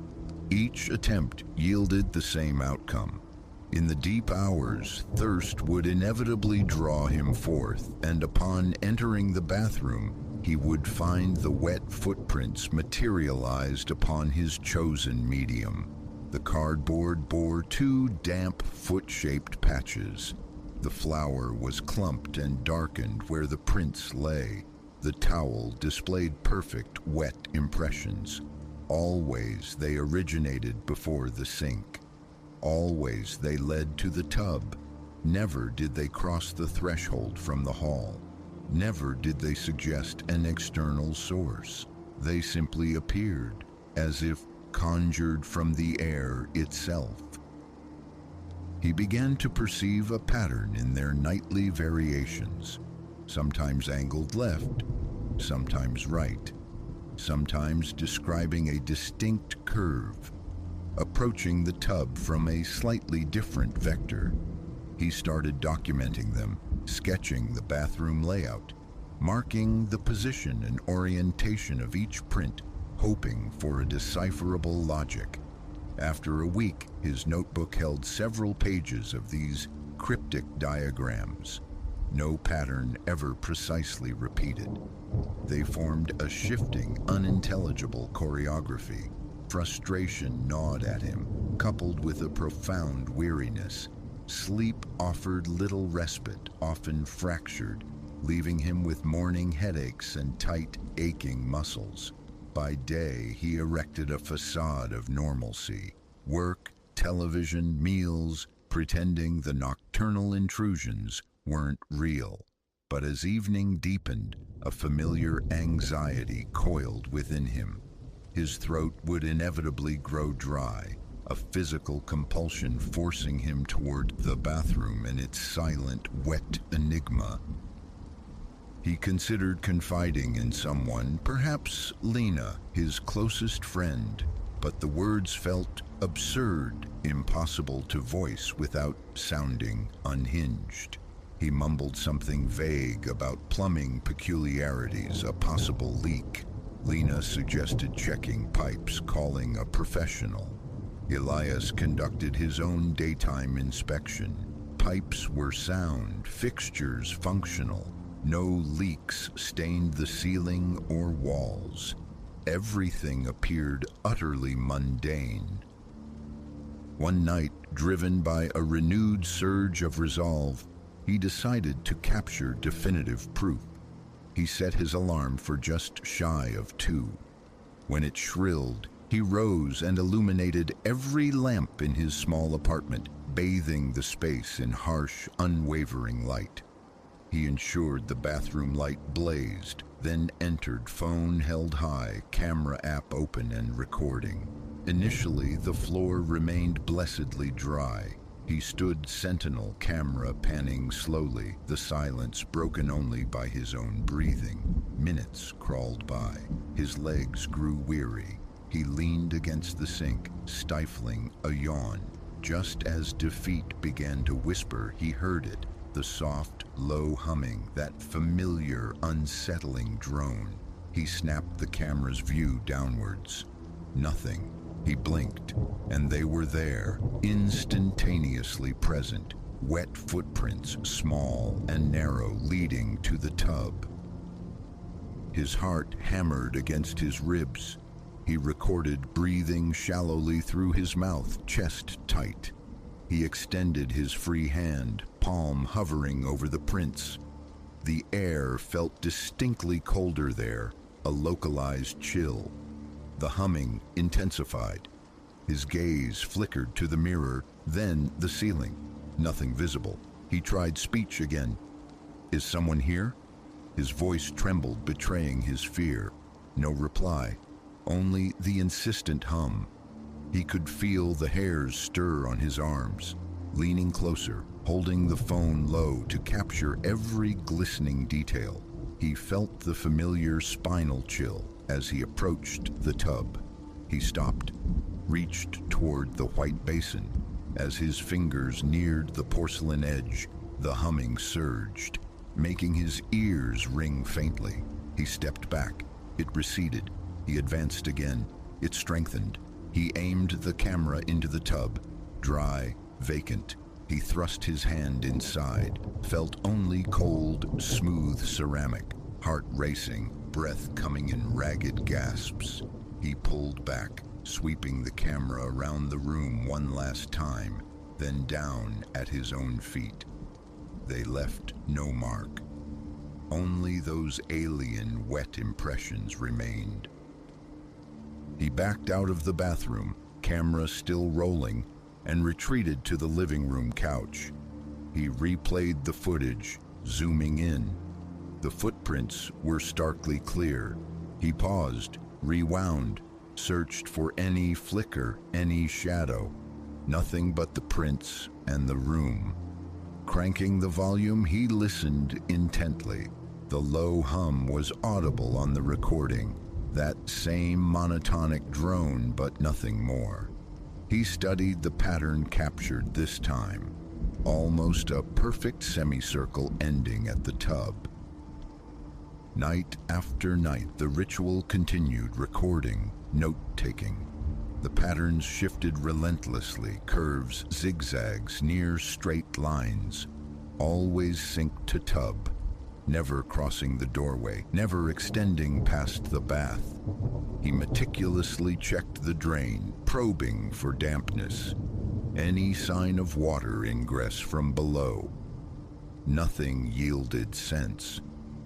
The plumbing remained faultless, the room utterly normal under the scrutiny of daylight.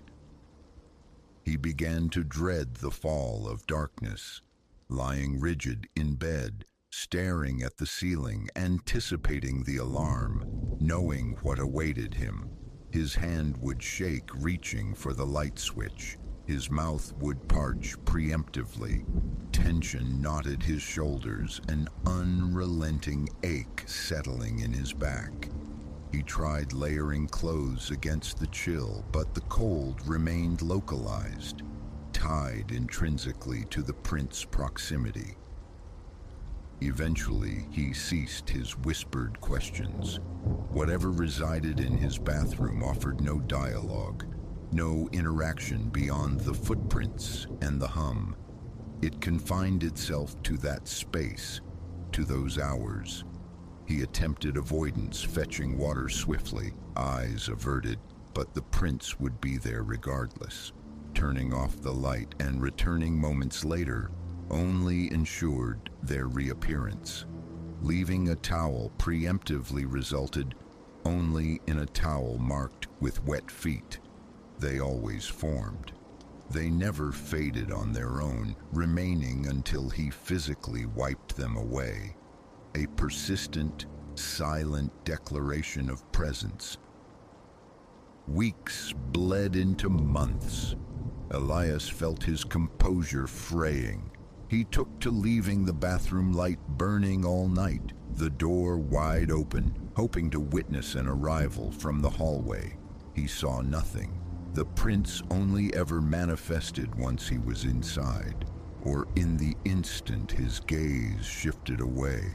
He tried using the mirror to watch the floor indirectly from the hall. It made no difference. They appeared the moment direct observation ceased.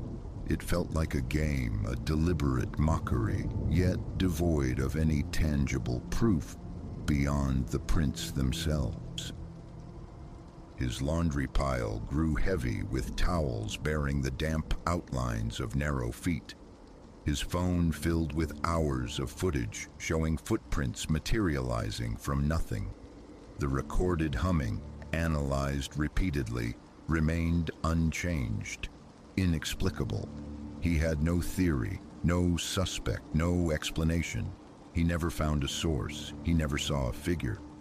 Only the wet footprints on the tile, commencing their journey at the sink, concluding at the tub, their path subtly altering each night, weaving patterns he could not decipher, leaving behind a bone-deep chill he could never quite shake.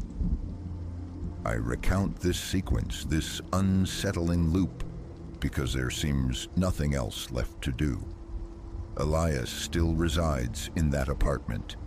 The footprints continue their nightly visitation. The chill persists, a phantom touch in the brightly lit room.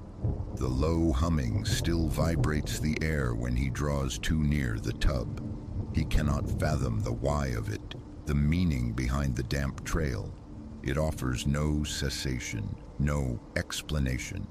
He simply continues to wipe them away, night after night, clinging to the faint hope that one morning the floor will remain dry.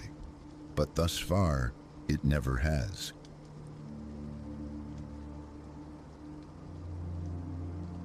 Nocturnal water held a silence unlike any terrestrial quiet, a fluid stillness that absorbed sound itself. The lake stretched, an obsidian mirror reflecting a bruised moon, vast and indifferent. We were adrift in its immensity, just Leo, myself, Silas, and the boundless water. Our boat's engine hummed a low thrum against the quiet, the only disruption as we slipped further from the sleeping shore, the depths beneath us black and fathomless. Leo stood at the helm, guiding us toward the lake's heart, a place where we habitually surrendered the engine's pulse to the night's deeper peace. It was our summer ritual, an escape velocity achieved from the world's clamor. No glowing screens, no demands, only the liquid expanse and a ceiling of indifferent stars. Yet, on this particular night, the familiar tranquility began to curdle, transforming into an unnerving presence I couldn't name. Perhaps an hour had dissolved into the liquid stillness when the boat's radio unexpectedly erupted. A violent burst of static shattered the calm. Leo and I froze, exchanging glances laden with confusion. Neither of us had touched the device. We were leagues from any broadcast signal, especially at this late hour. Odd, Leo murmured, his hand reaching for the dial, coaxing it.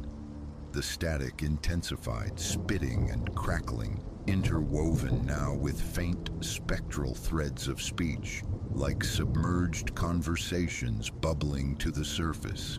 He twisted the knob, hunting for clarity, but the static only swelled, the voices warping, drowning in their own distorted urgency. "Picking something up?" I ventured, attempting to dispel the tendrils of unease coiling in my gut. "Can't be," Leo replied, his brow furrowed in concentration. "Nothing transmits out here." The harsh crackling persisted, the phantom voices gaining volume yet remaining unintelligible. Unlike any station I knew, they possessed a desperate, unsettling quality. Then, abruptly as it began, the transmission ceased. The silence crashed back, heavier, more absolute than before. We remained motionless, eyes fixed on the mute radio, anticipating something. The airwaves offered nothing. Leo reached out, his expression troubled, and clicked the power off. "Interference, maybe," he offered, the explanation sounding hollow even to him. "Storm brewing somewhere," I nodded, unconvinced. The sky remained a canvas of clear, dark velvet. The water lay placid. No storm announced itself. No atmospheric disturbance justified the radio's spectral outburst. We drifted, engine silenced, the boat rocking with the lake's gentle exhalations. The tension between us thickened, palpable. Gone was the lake's usual solace, usurped by an eerie, watchful stillness that raised the fine hairs on my neck. That's when we heard it, a filament of sound drawn thin across the water, like a distant cry carried on the breeze. Initially, I dismissed it as auditory illusion, but it came again, stronger this time, undeniably human. "Did you catch that?" I whispered, the sound barely escaping my lips. Leo nodded slowly, his gaze sweeping the dark perimeter. "I did." We pivoted towards the sound's origin, straining our eyes against the gloom. The moonlit water stretched before us, an empty expanse bordered by the far-off, indistinct shoreline. No other vessels, no navigation lights, nothing. "Someone in trouble," Leo suggested, the words lacking conviction. "Way out here," I countered, skepticism coloring my tone. "There's nobody." The voice cried out again, closer now, the desperation clearer. A man's voice, strained with exertion. "Help!" A frigid current traced my spine. Whoever it was, they were near, unnervingly near. Leo snatched the heavy flashlight from the console, its switch clicking loudly in the silence. He swept the powerful beam across the water's surface. The light cut a swathe through the darkness, illuminating only undulating water. No distressed swimmer, no capsized boat, just the vacant lake. "Where in God's name is it coming from?" Leo muttered, his voice taut. We held our positions, listening intently, the flashlight beam nervously interrogating the waves. The cry repeated, nearer still, yet its source remained invisible. It seemed to emanate not from a single point, but from the air itself, echoing off the water all around us. No boat, no person, nothing. A profound chill settled deep within me. This was wrong. Fundamentally wrong. The emptiness of the lake felt absolute, yet the voice persisted, intimate as a nearby whisper. "Help!" it implored again, the sound frayed with panic. Should we try to find them?" I asked, the idea of moving towards that phantom cry making my skin crawl. Leo hesitated, then gave a slow, reluctant nod. "Suppose we have to. Can't just ignore it." He turned the key, the engine catching with a protesting cough, and the boat lurched forward, nosing towards the unseen supplicant. The flashlight continued its futile sweep as we advanced. Still nothing. The voice persisted, louder, closer. My heart hammered against my ribs. My knuckles whitened as I gripped the boat's gunwale. Then, with startling suddenness, the voice ceased. Mid-cry, it vanished. The boat drifted, engine idling low. We sat enveloped in a silence now charged with dread, the flashlight beam painting useless arcs on the black water. No voice, no disturbance, only absence. "Where did it go?" I breathed, the question aimed at the night itself.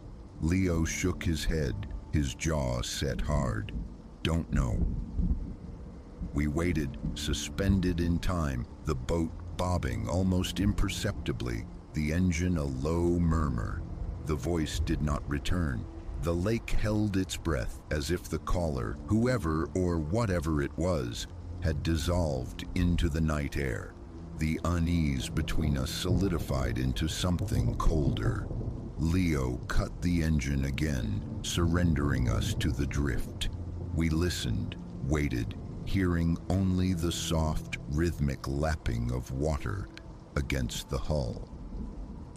Just as the thought of retreat began to crystallize, the radio exploded back to life. This time the static was a physical force, louder, spiked with a high-frequency whine that set my teeth on edge.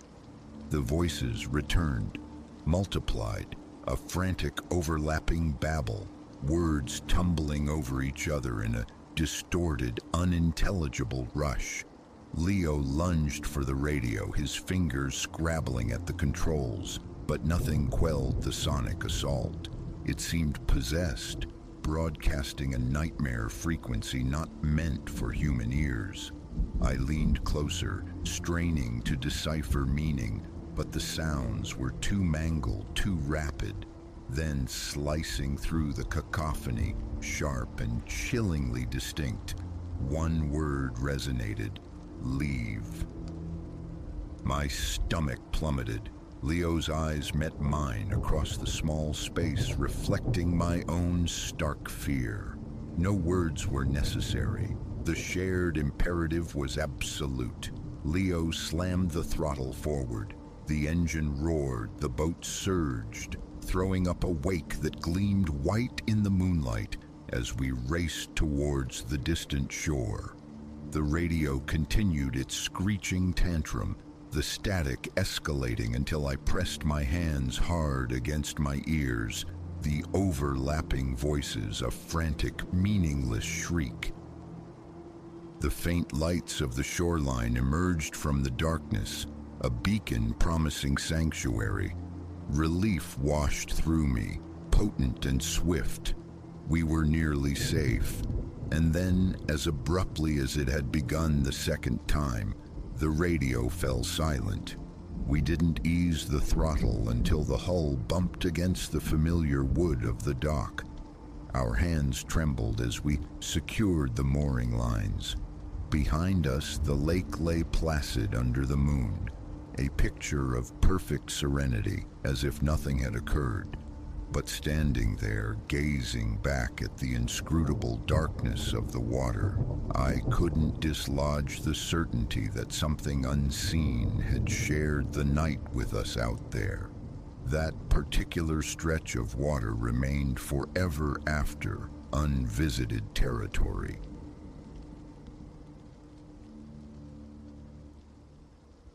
The first glimpse I caught of them, the new occupants next door, suggested they were watercolor figures brushed onto the canvas of our sleepy lane. The Vances, Corbin, Eliza, and their sprite of a daughter seemed spun from sunlight and suburban dreams.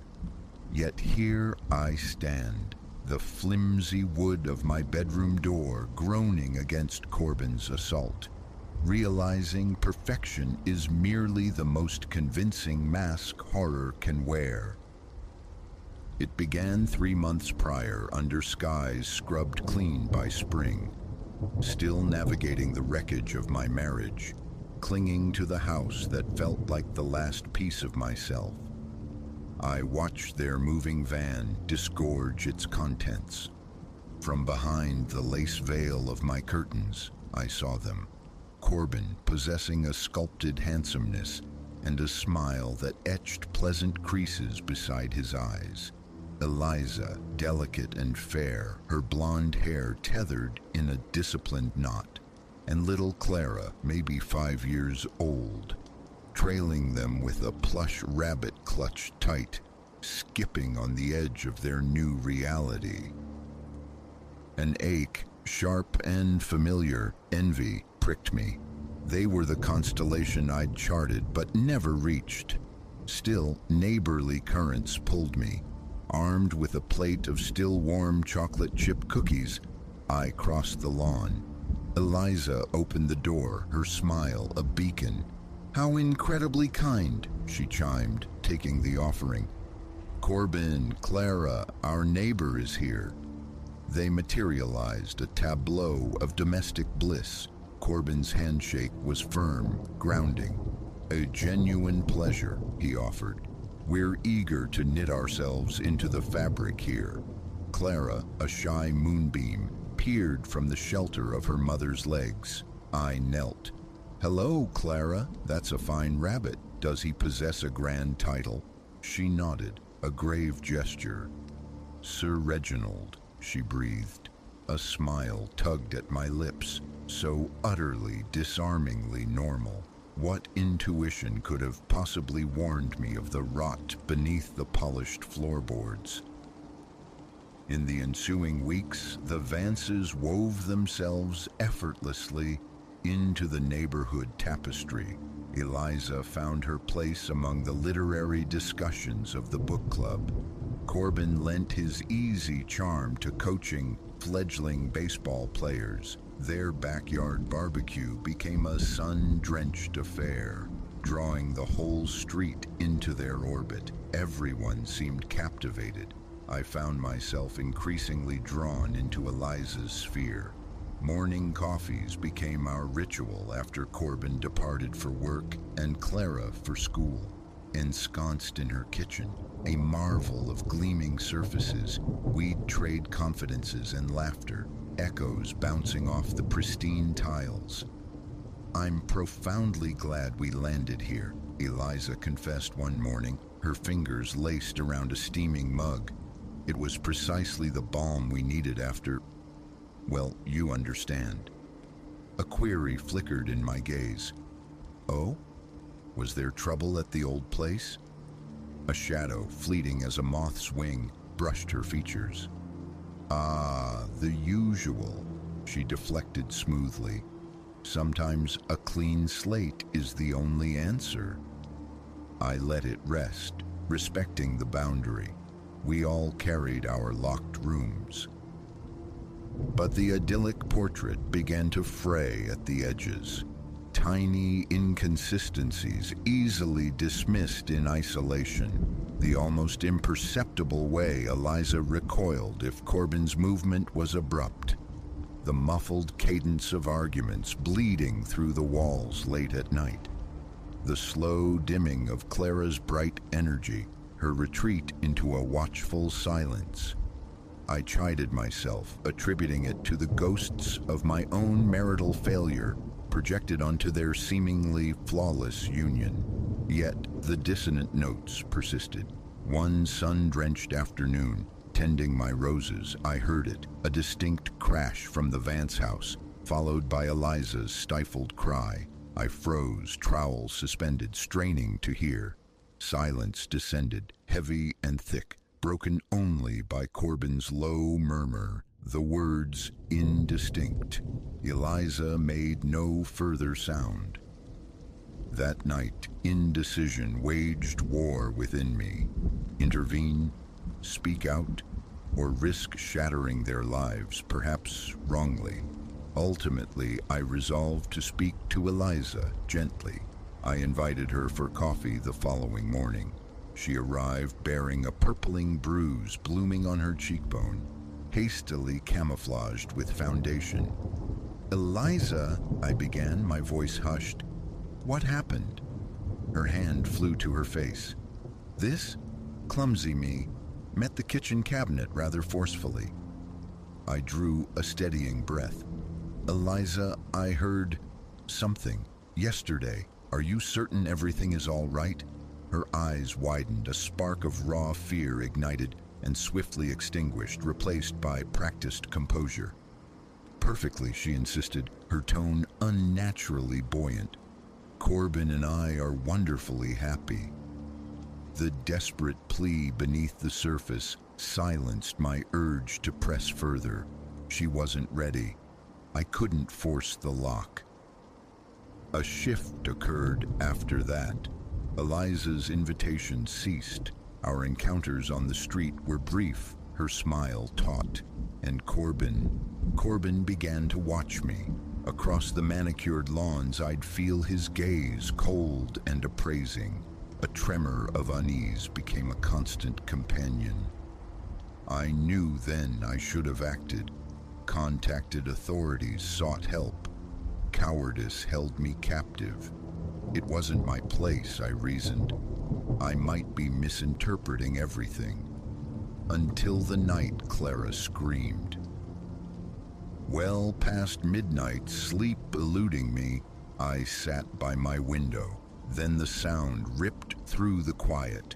A child's raw terror, abruptly choked off. Instinct propelled me across the lawn, my fists hammering their door before conscious thought caught up. Corbin answered, disheveled, his eyes burning with a barely leashed fury. "What is it?" he demanded, his voice a low growl. I heard, "Clara, is she—" My words stumbled. His expression morphed, concern plastering over the rage. "A nightmare," he stated, smooth as ice. "She's fine. Go home." But past his shoulder, my gaze locked onto Eliza. One eye was swollen shut, a trickle of blood escaping her split lip. In that fleeting connection, I saw naked desperation. "I'm calling the police," I declared, the words trembling but resolute. Corbin's mask shattered. "You'll do no such thing," he snarled, lunging forward. I spun, intending to flee, but his grip, iron strong, clamped onto my arm, wrenching me inside. The door slammed, sealing my fate. Chaos erupted. Corbin raged, oscillating between venomous threats and gaslighting insistence that I was delusional. Eliza crumpled in a corner, shielding Clara, both trembling violently. A surge of adrenaline allowed me to break free, scrambling into a guest room, slamming and locking the door. My fingers fumbled for the phone I'd thankfully tucked into my robe pocket. The 911 dispatcher's voice.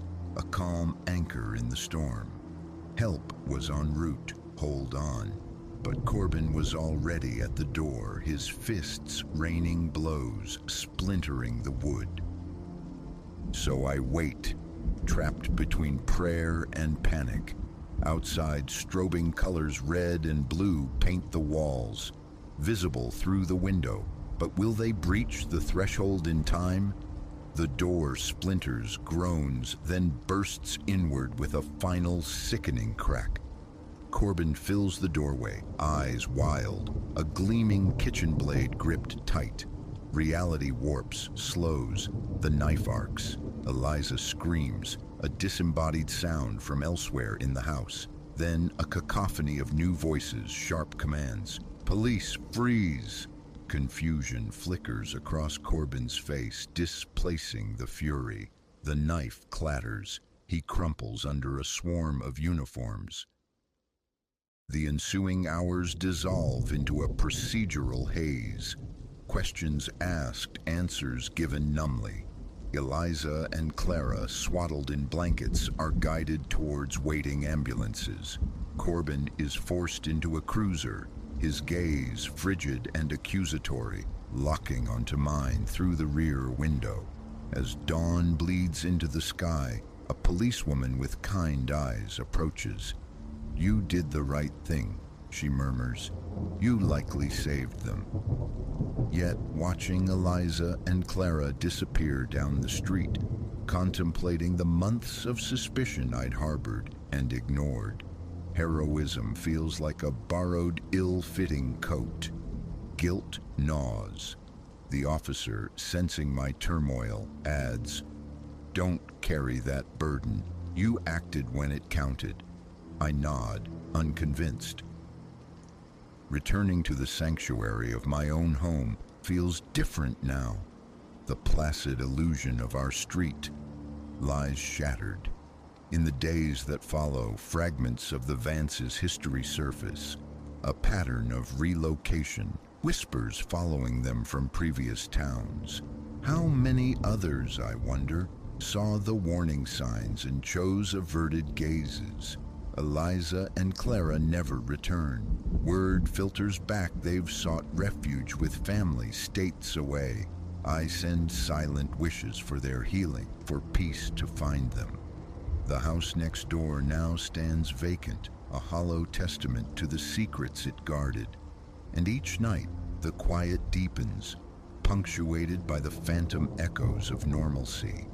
I find myself listening, scanning the shadowed windows around me, questioning if courage will find me again, should another scream pierce the suburban silence.